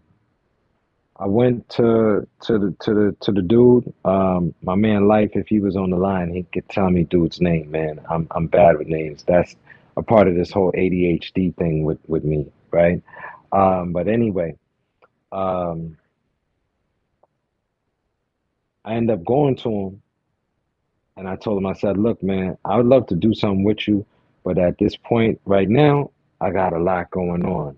You know, um, I want to give my deal to somebody if you with it." And he was like, "Who?" And the kid was named Ace Lover. I said, "There's this dude that be with us, man. He could really use the deal. He need the deal, And Life, doubled down on this. Like, yeah, dude is in a bad way. He needs something to happen for him. So the dude agreed to hear him out, heard him, liked him, put out his first record. This kid goes on tour with some other homies, C. Ray's Walls, and the rest of them, and did his numbers. And Hold on. Wait. Stop right there. So did the guy yeah. know that you gave up your deal for him, or he just thought he got discovered? Um, maybe he thought he got discovered. I don't know. He never came to me and said, "Yo, Rube, yo, good looks." Oh, so you You know what didn't I'm bring him saying? over. You just told the dude about him, and the dude went and approached him himself. You Yeah. didn't bring him over. Yep. No, I didn't Oh, bring him okay. over. I got you. So he And might and not know. and my brother, lifelong, he was there when it all went down. Cause I'm like telling him like, "Yo, Life got records right now." He's like, "No, I want to put you out first." He was stuck on me. This dude, he just was stuck on me. He's just like, "You sound different. I like your flow. I like how you do your thing." And my thing at the time, I mixed the spoken word with rhyming. If I don't really separate them, What but year was people this? separate it. What year was this? This is 90s. This is maybe 98, 97, 98, somewhere around there. What was the name of the label again? Life would know exactly. Life remembers this more than me, Oh, so you to don't be remember? honest with you. You don't remember the name I of the don't label? remember the dude. I just remember the dude's face because as an artist drawing, I remember faces. Yeah. It's hard with me with names. Through the years, I've been striving to get better with names So of even the people label, you and don't stuff. remember the label either. Nah, man. But life definitely knows it. All You right, don't get worry to about it. interview Life, Yeah, yeah. yeah, Move he could on. tell you. And but Ace Lover, his first single, this dude put that record out, and he did well. He did well. It did well for him. I was happy for the brother, you know. And shortly after that, I left the country again. I left and I went Trinidad, you know. So, because I went up to Canada, came back, and went Trinidad, you know.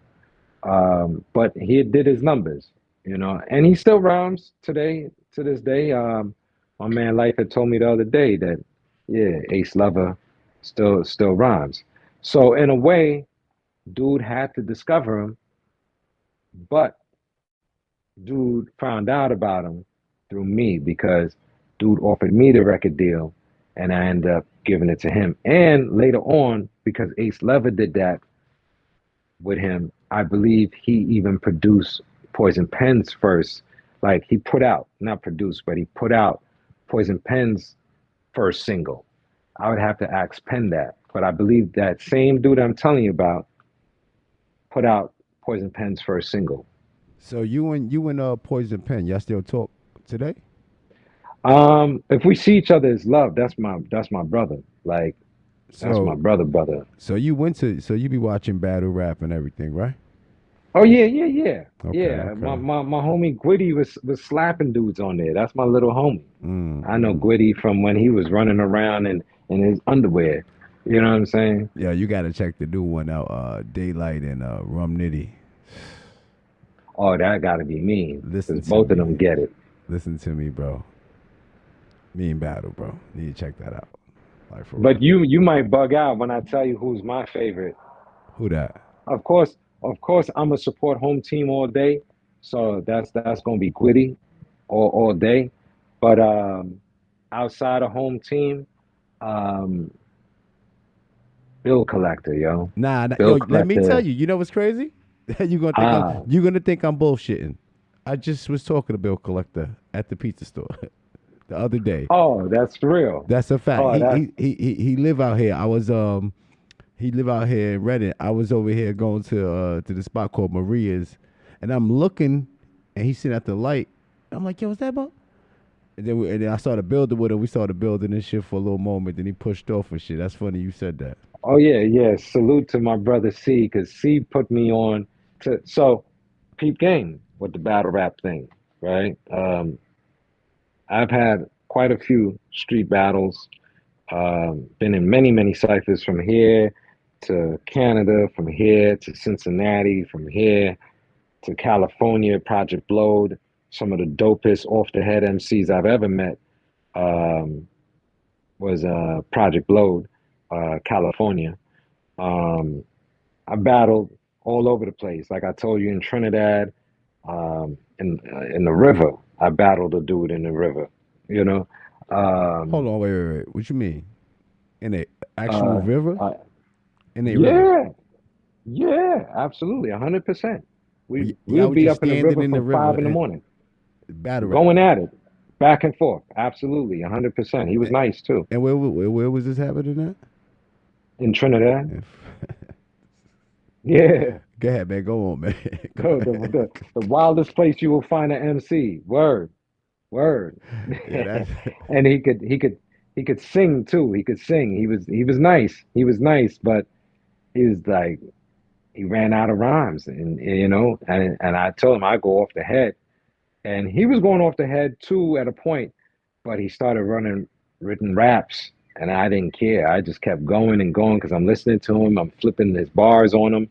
You know, at that point, I was at a very high level of freestyling to a point that my brother C. Ray's Walls, when he would call me, he would challenge me by us having a conversation. How me and you talking? It got to be in rhyme form.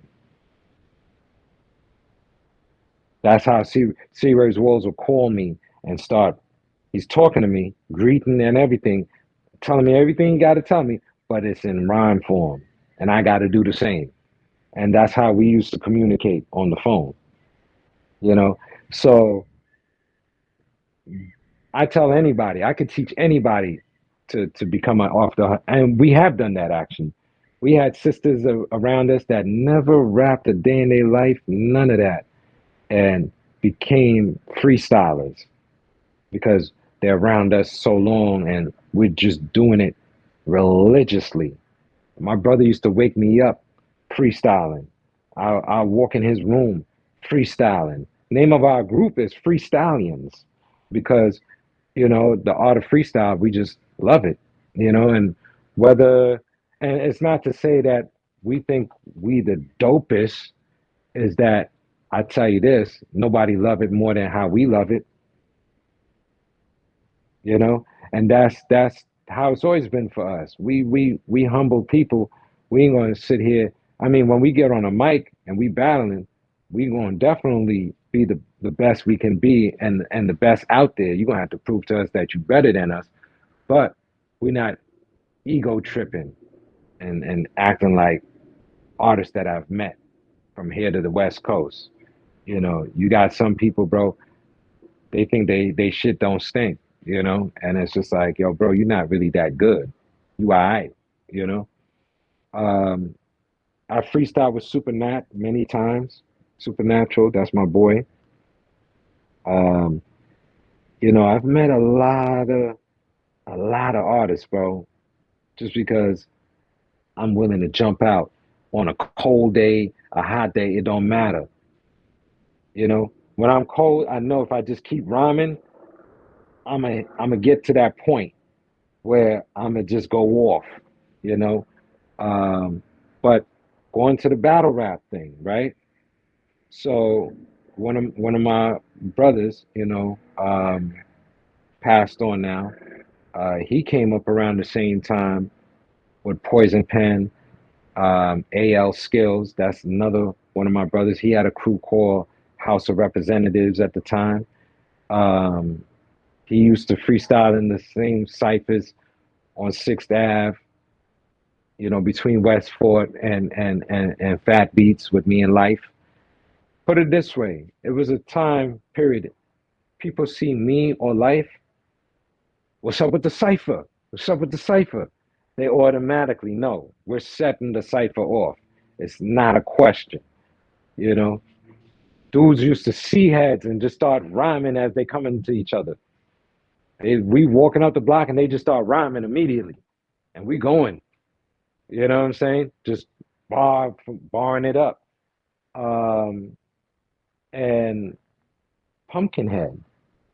I don't know if you ever heard of Pumpkinhead, Yeah. They always but I'm not too familiar with them, but they always PH. yeah they always saying rest in peace, Punkhead. I know he was a big battle rapper. So PH helped to give birth to this new style of battle rapping that people are doing. He was part of a clique called Making Records. Um, that was consistent. I don't remember all the groups, but Hold on, Bad Seed. before you Yep. go on though, he was battling as well, right? Right. Yeah, yeah, yeah. Yep. Yep. He even battled against Life. He battled against Poison Pen and bragging rights. So New Eurekan, everybody knows in the 90s that that was the stomping grounds. If you didn't battle on stage, when you got out in the ciphers that we would start um, after the New Eurekan, um, that's where you sharpen your sword at. That's where you make your name at, you know. And this is the And Lower East Side. what's that, like a On the club Lower or East something? Side, New Eurekan is still there. New Eurekan is a poetry club from I believe the Beatnik era Really? of poetry. Yeah, it's actually a landmark. So what It's they? still on the Lower East Side. So what is they only do poetry there, or It's open mics. open mic? They Okay. still, yeah, they still do their thing. They still do their thing there. The brother who hosts it is an MC, and I believe both of them do it.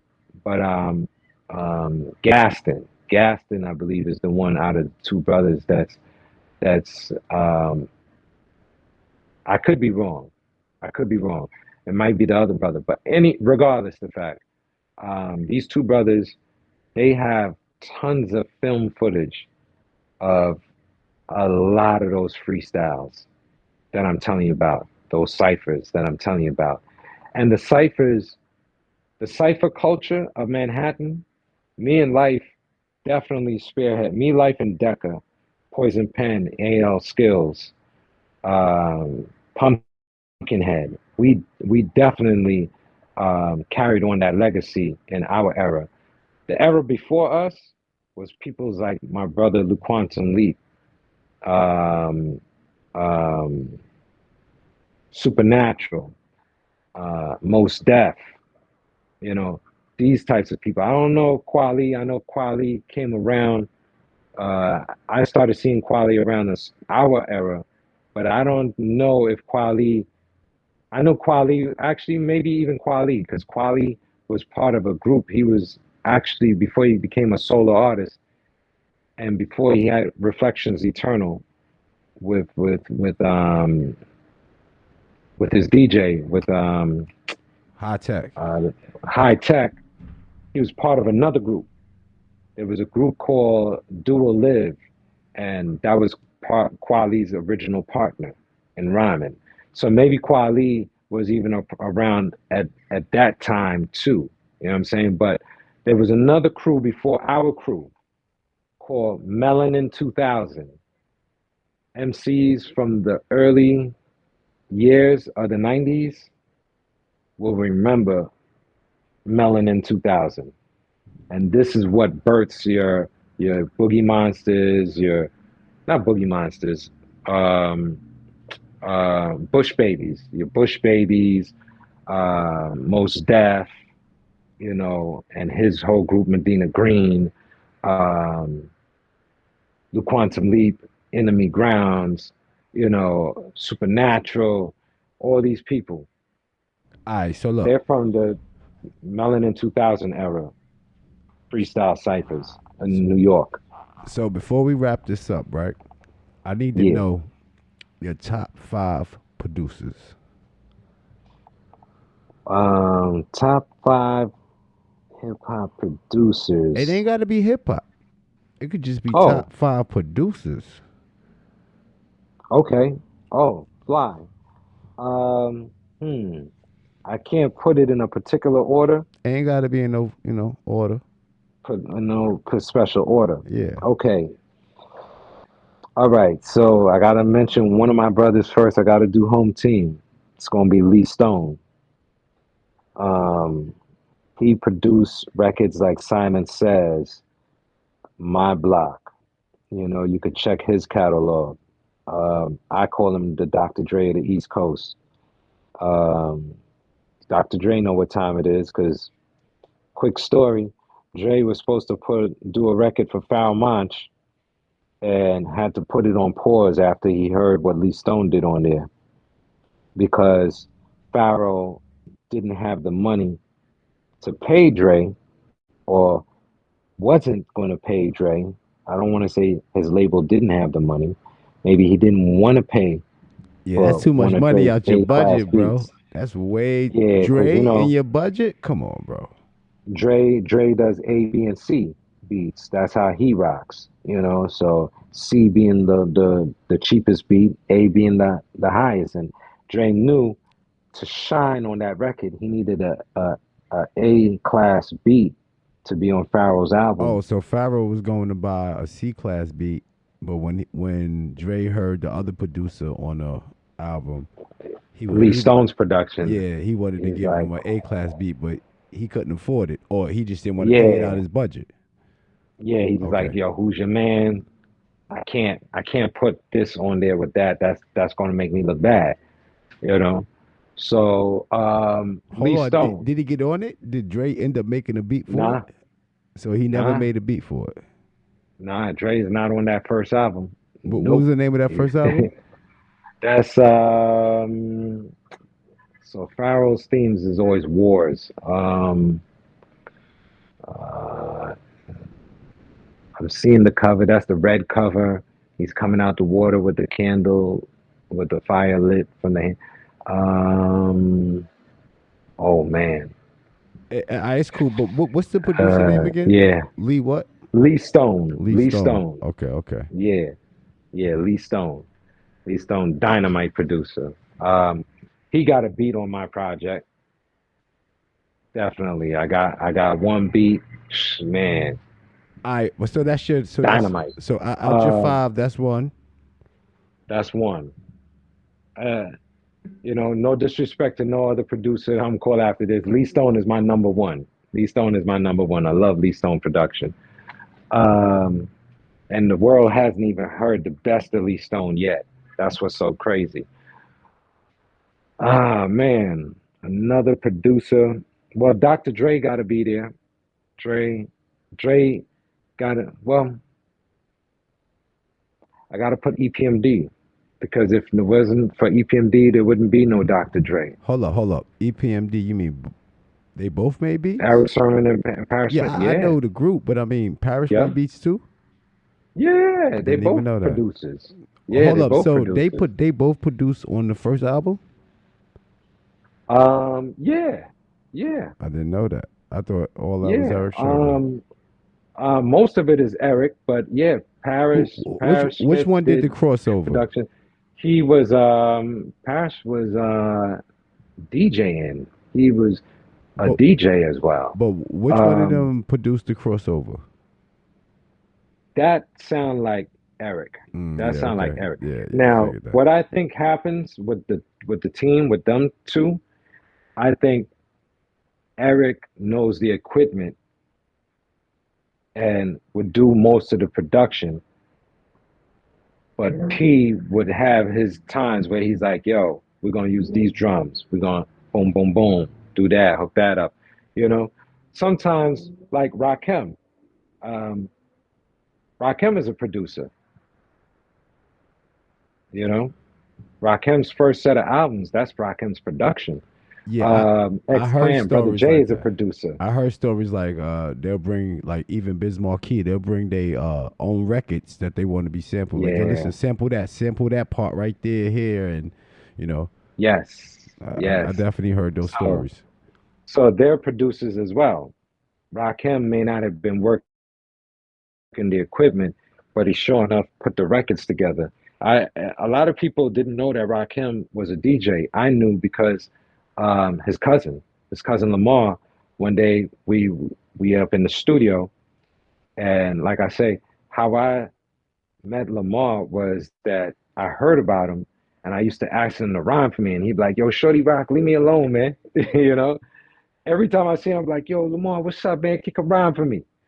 I used to go around the neighborhood. Anybody that I heard that rhyme, I used to force them to rhyme for me. I would nag the hell out of them until they rhyme for me, right? Or some of them would just see me and be like, "Yo, Little Luck," They'll see me and they know my brother already, and they're like, "Yo, man, yo, all right, I'll kick some bars for you." You know what I'm saying? Because they love my brother, or Yeah, they yeah. rhyme with my brother. But I always want to hear all the different MCs. And I had a crew of MCs that I rolled with back then, Yeah. you know, and I thought that they were the dopest. So I tell people like, yo, you can't beat my man. You're not ready. You nice, but you're not ready. And they're like, who your man? Bring your man here and I'll bring my MC, you know? And that's how I got into hip hop as well, with promoting people and pushing people and just knowing the sound and what sounds good and stuff like that. But Lamar had got frustrated with hip hop, right? Because Rakim was out. He sounded too much like his cousin in tone of voice, right? His subject matter and everything was different, but his tone of voice sounded too much like Rakim. So a lot of people always be like, "Oh man, you sound like Rakim." He's like, "I can't help. That's my cousin." And it's so crazy, is because at the time Lamar was semi-muscular. He was muscular. He looked like a muscular version of Rakim. It's wow, you know. So them being relatives didn't really help him a lot. But one day, one evening, I'm leaving my man Brian's crib, who was an MC. They had a group called Gangsters and Pimps. They were nice, right? I'm leaving their crib and they're like, yo, I just saw Lamar because he lived on their block. He lived on Flint. So I'm like, word? So I'm like, all right, I'm out. So I'm walking down the block, but I'm walking mad slow because I see he's like putting out garbage, but he's putting out this barrel that you would put clothes in. We used to put clothes and send back to Trinidad. So I see this big ass barrel and then this short barrel, and he's bringing it out. And when he's bringing it out, I look in and I see cassettes. I'm like, what? Half the barrel is cassettes, bro, you know, and books and all of this stuff, right? So I'm like, yo, Lamar, what you doing? He's like, yo, man, I'm done with hip hop, blah, blah, blah. He was frustrated. I sat out there over an hour with him, begging him to stay rapping, letting him know, like, yo, you my number one MC. Like, how you gonna deprive the world? You my favorite MC. And at the time he was. I had a lot of MCs I rolled around, but I always tell them, yo, Lamar is the nicest. Lamar is the nicest. And he'll battle anybody, you know? So, and he was really that good, bro. He was really that good. So long short, um, I was like, yo, man, you can't throw your raps away, man. This is crazy. All of this is demos and stuff like that. He was like, yeah, and he was frustrated. Long short, I talked him into taking his music back into the crib.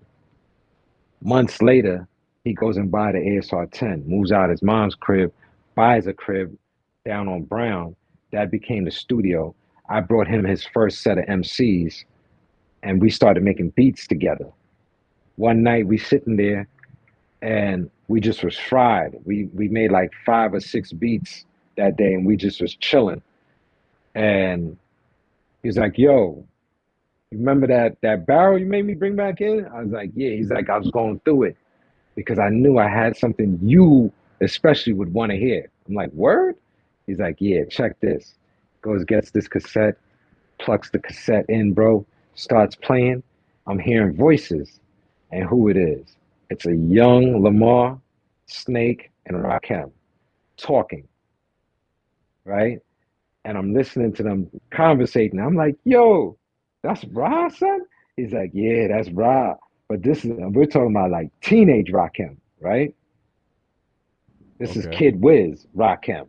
This ain't Mm. Rakim Allah yet, right? I mean, yes, he had degrees, but you know what I'm saying? This is that era, Got you. right? Got you. Rakim has a song on the second album. I think it's called Chinese Arithmetic. It's one of them, but it's just a beat, and he's scratching. You're hearing scratching. Everybody thought it was Eric B. It's really Rakim scratching, and he's drinking water. You hear him pouring the glass and drinking water, and he's cutting. He's cutting. I heard the original routine. That was the original routine. That was the first time Rakim did that set on the tables. Lamar had the recording of it, and it appeared on the album. He put it on, I believe it's the Follow the Leader album. It's So either the first or the second album, but so I hold on. definitely want to lean to the second album. So Lamar was Rakim's first cousin, so they was always Yeah, together. So they're like, blood cousins. so they Yeah, well, it was his first cousin. Like he knew him, like they was hanging out and yeah, everything. no, yeah, absolutely, So that's how you was absolutely. able. That's how you was privy to a lot of these early recordings and stuff of that nature. Yeah, he played a cassette of them when they were young, and Rakim is on talking about his routine and what he gonna do, and him actually practicing it. I'm hearing the practice session tape of Rakim doing something that he actually put on his album, on Follow the Leader album. That's crazy. That's crazy. Crazy, right? Which is That's the second album. freaking crazy, Crazy, bro. right? That is crazy.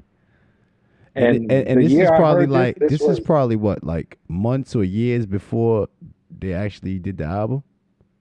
no, this is the third album. So this was the year, this was the summer of Let the Rhythm Hit 'Em. No, no. When Let the What Rhythm Hit I'm 'Em, asking you is when you heard it. This is like probably months th- and years before he did the idea.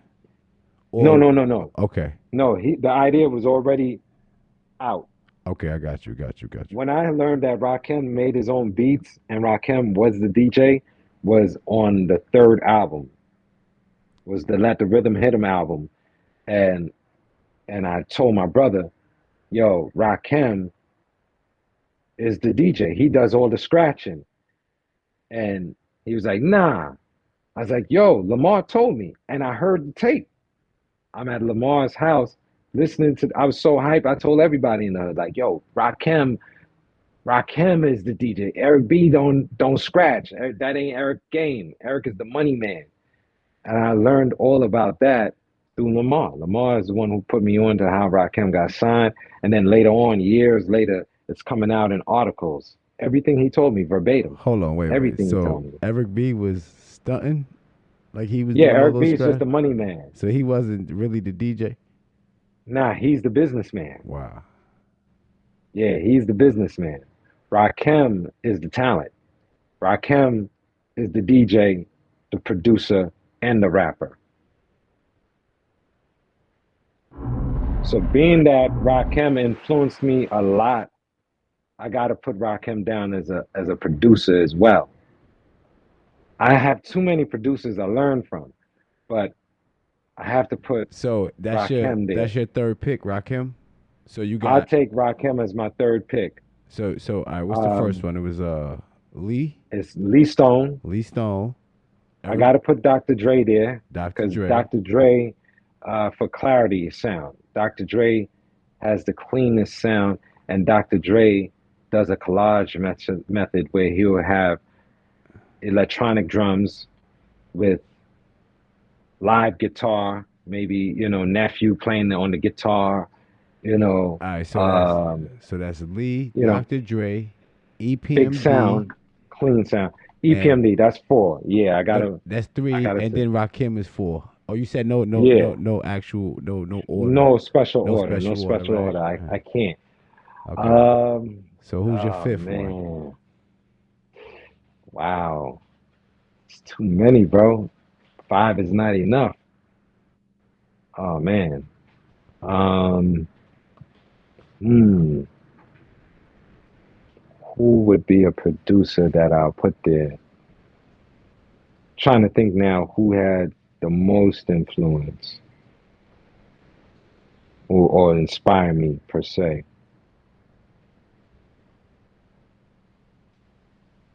Well, you know what?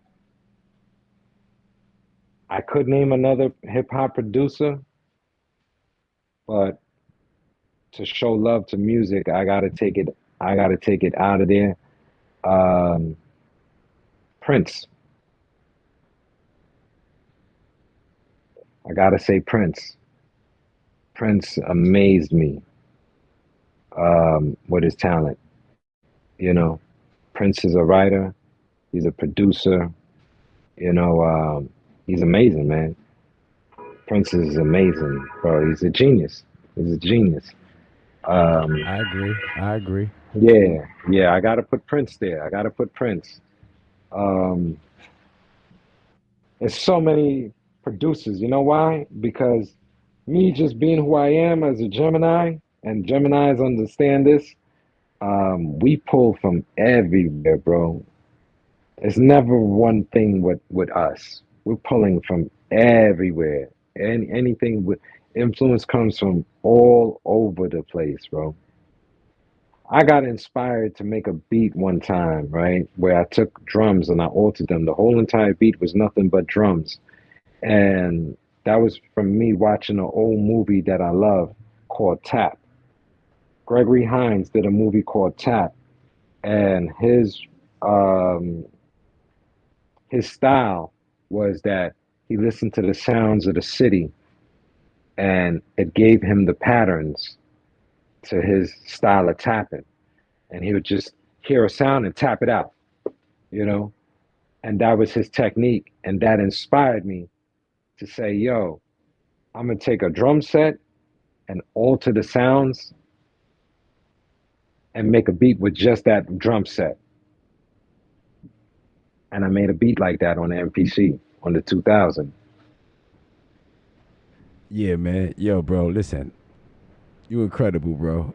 Yo, I just want to thank you for being on the show, bro. Like, I really, really Man, appreciate you, anytime, man. brother, man. 96.8 Dungeon Radio. The platform for independent creators.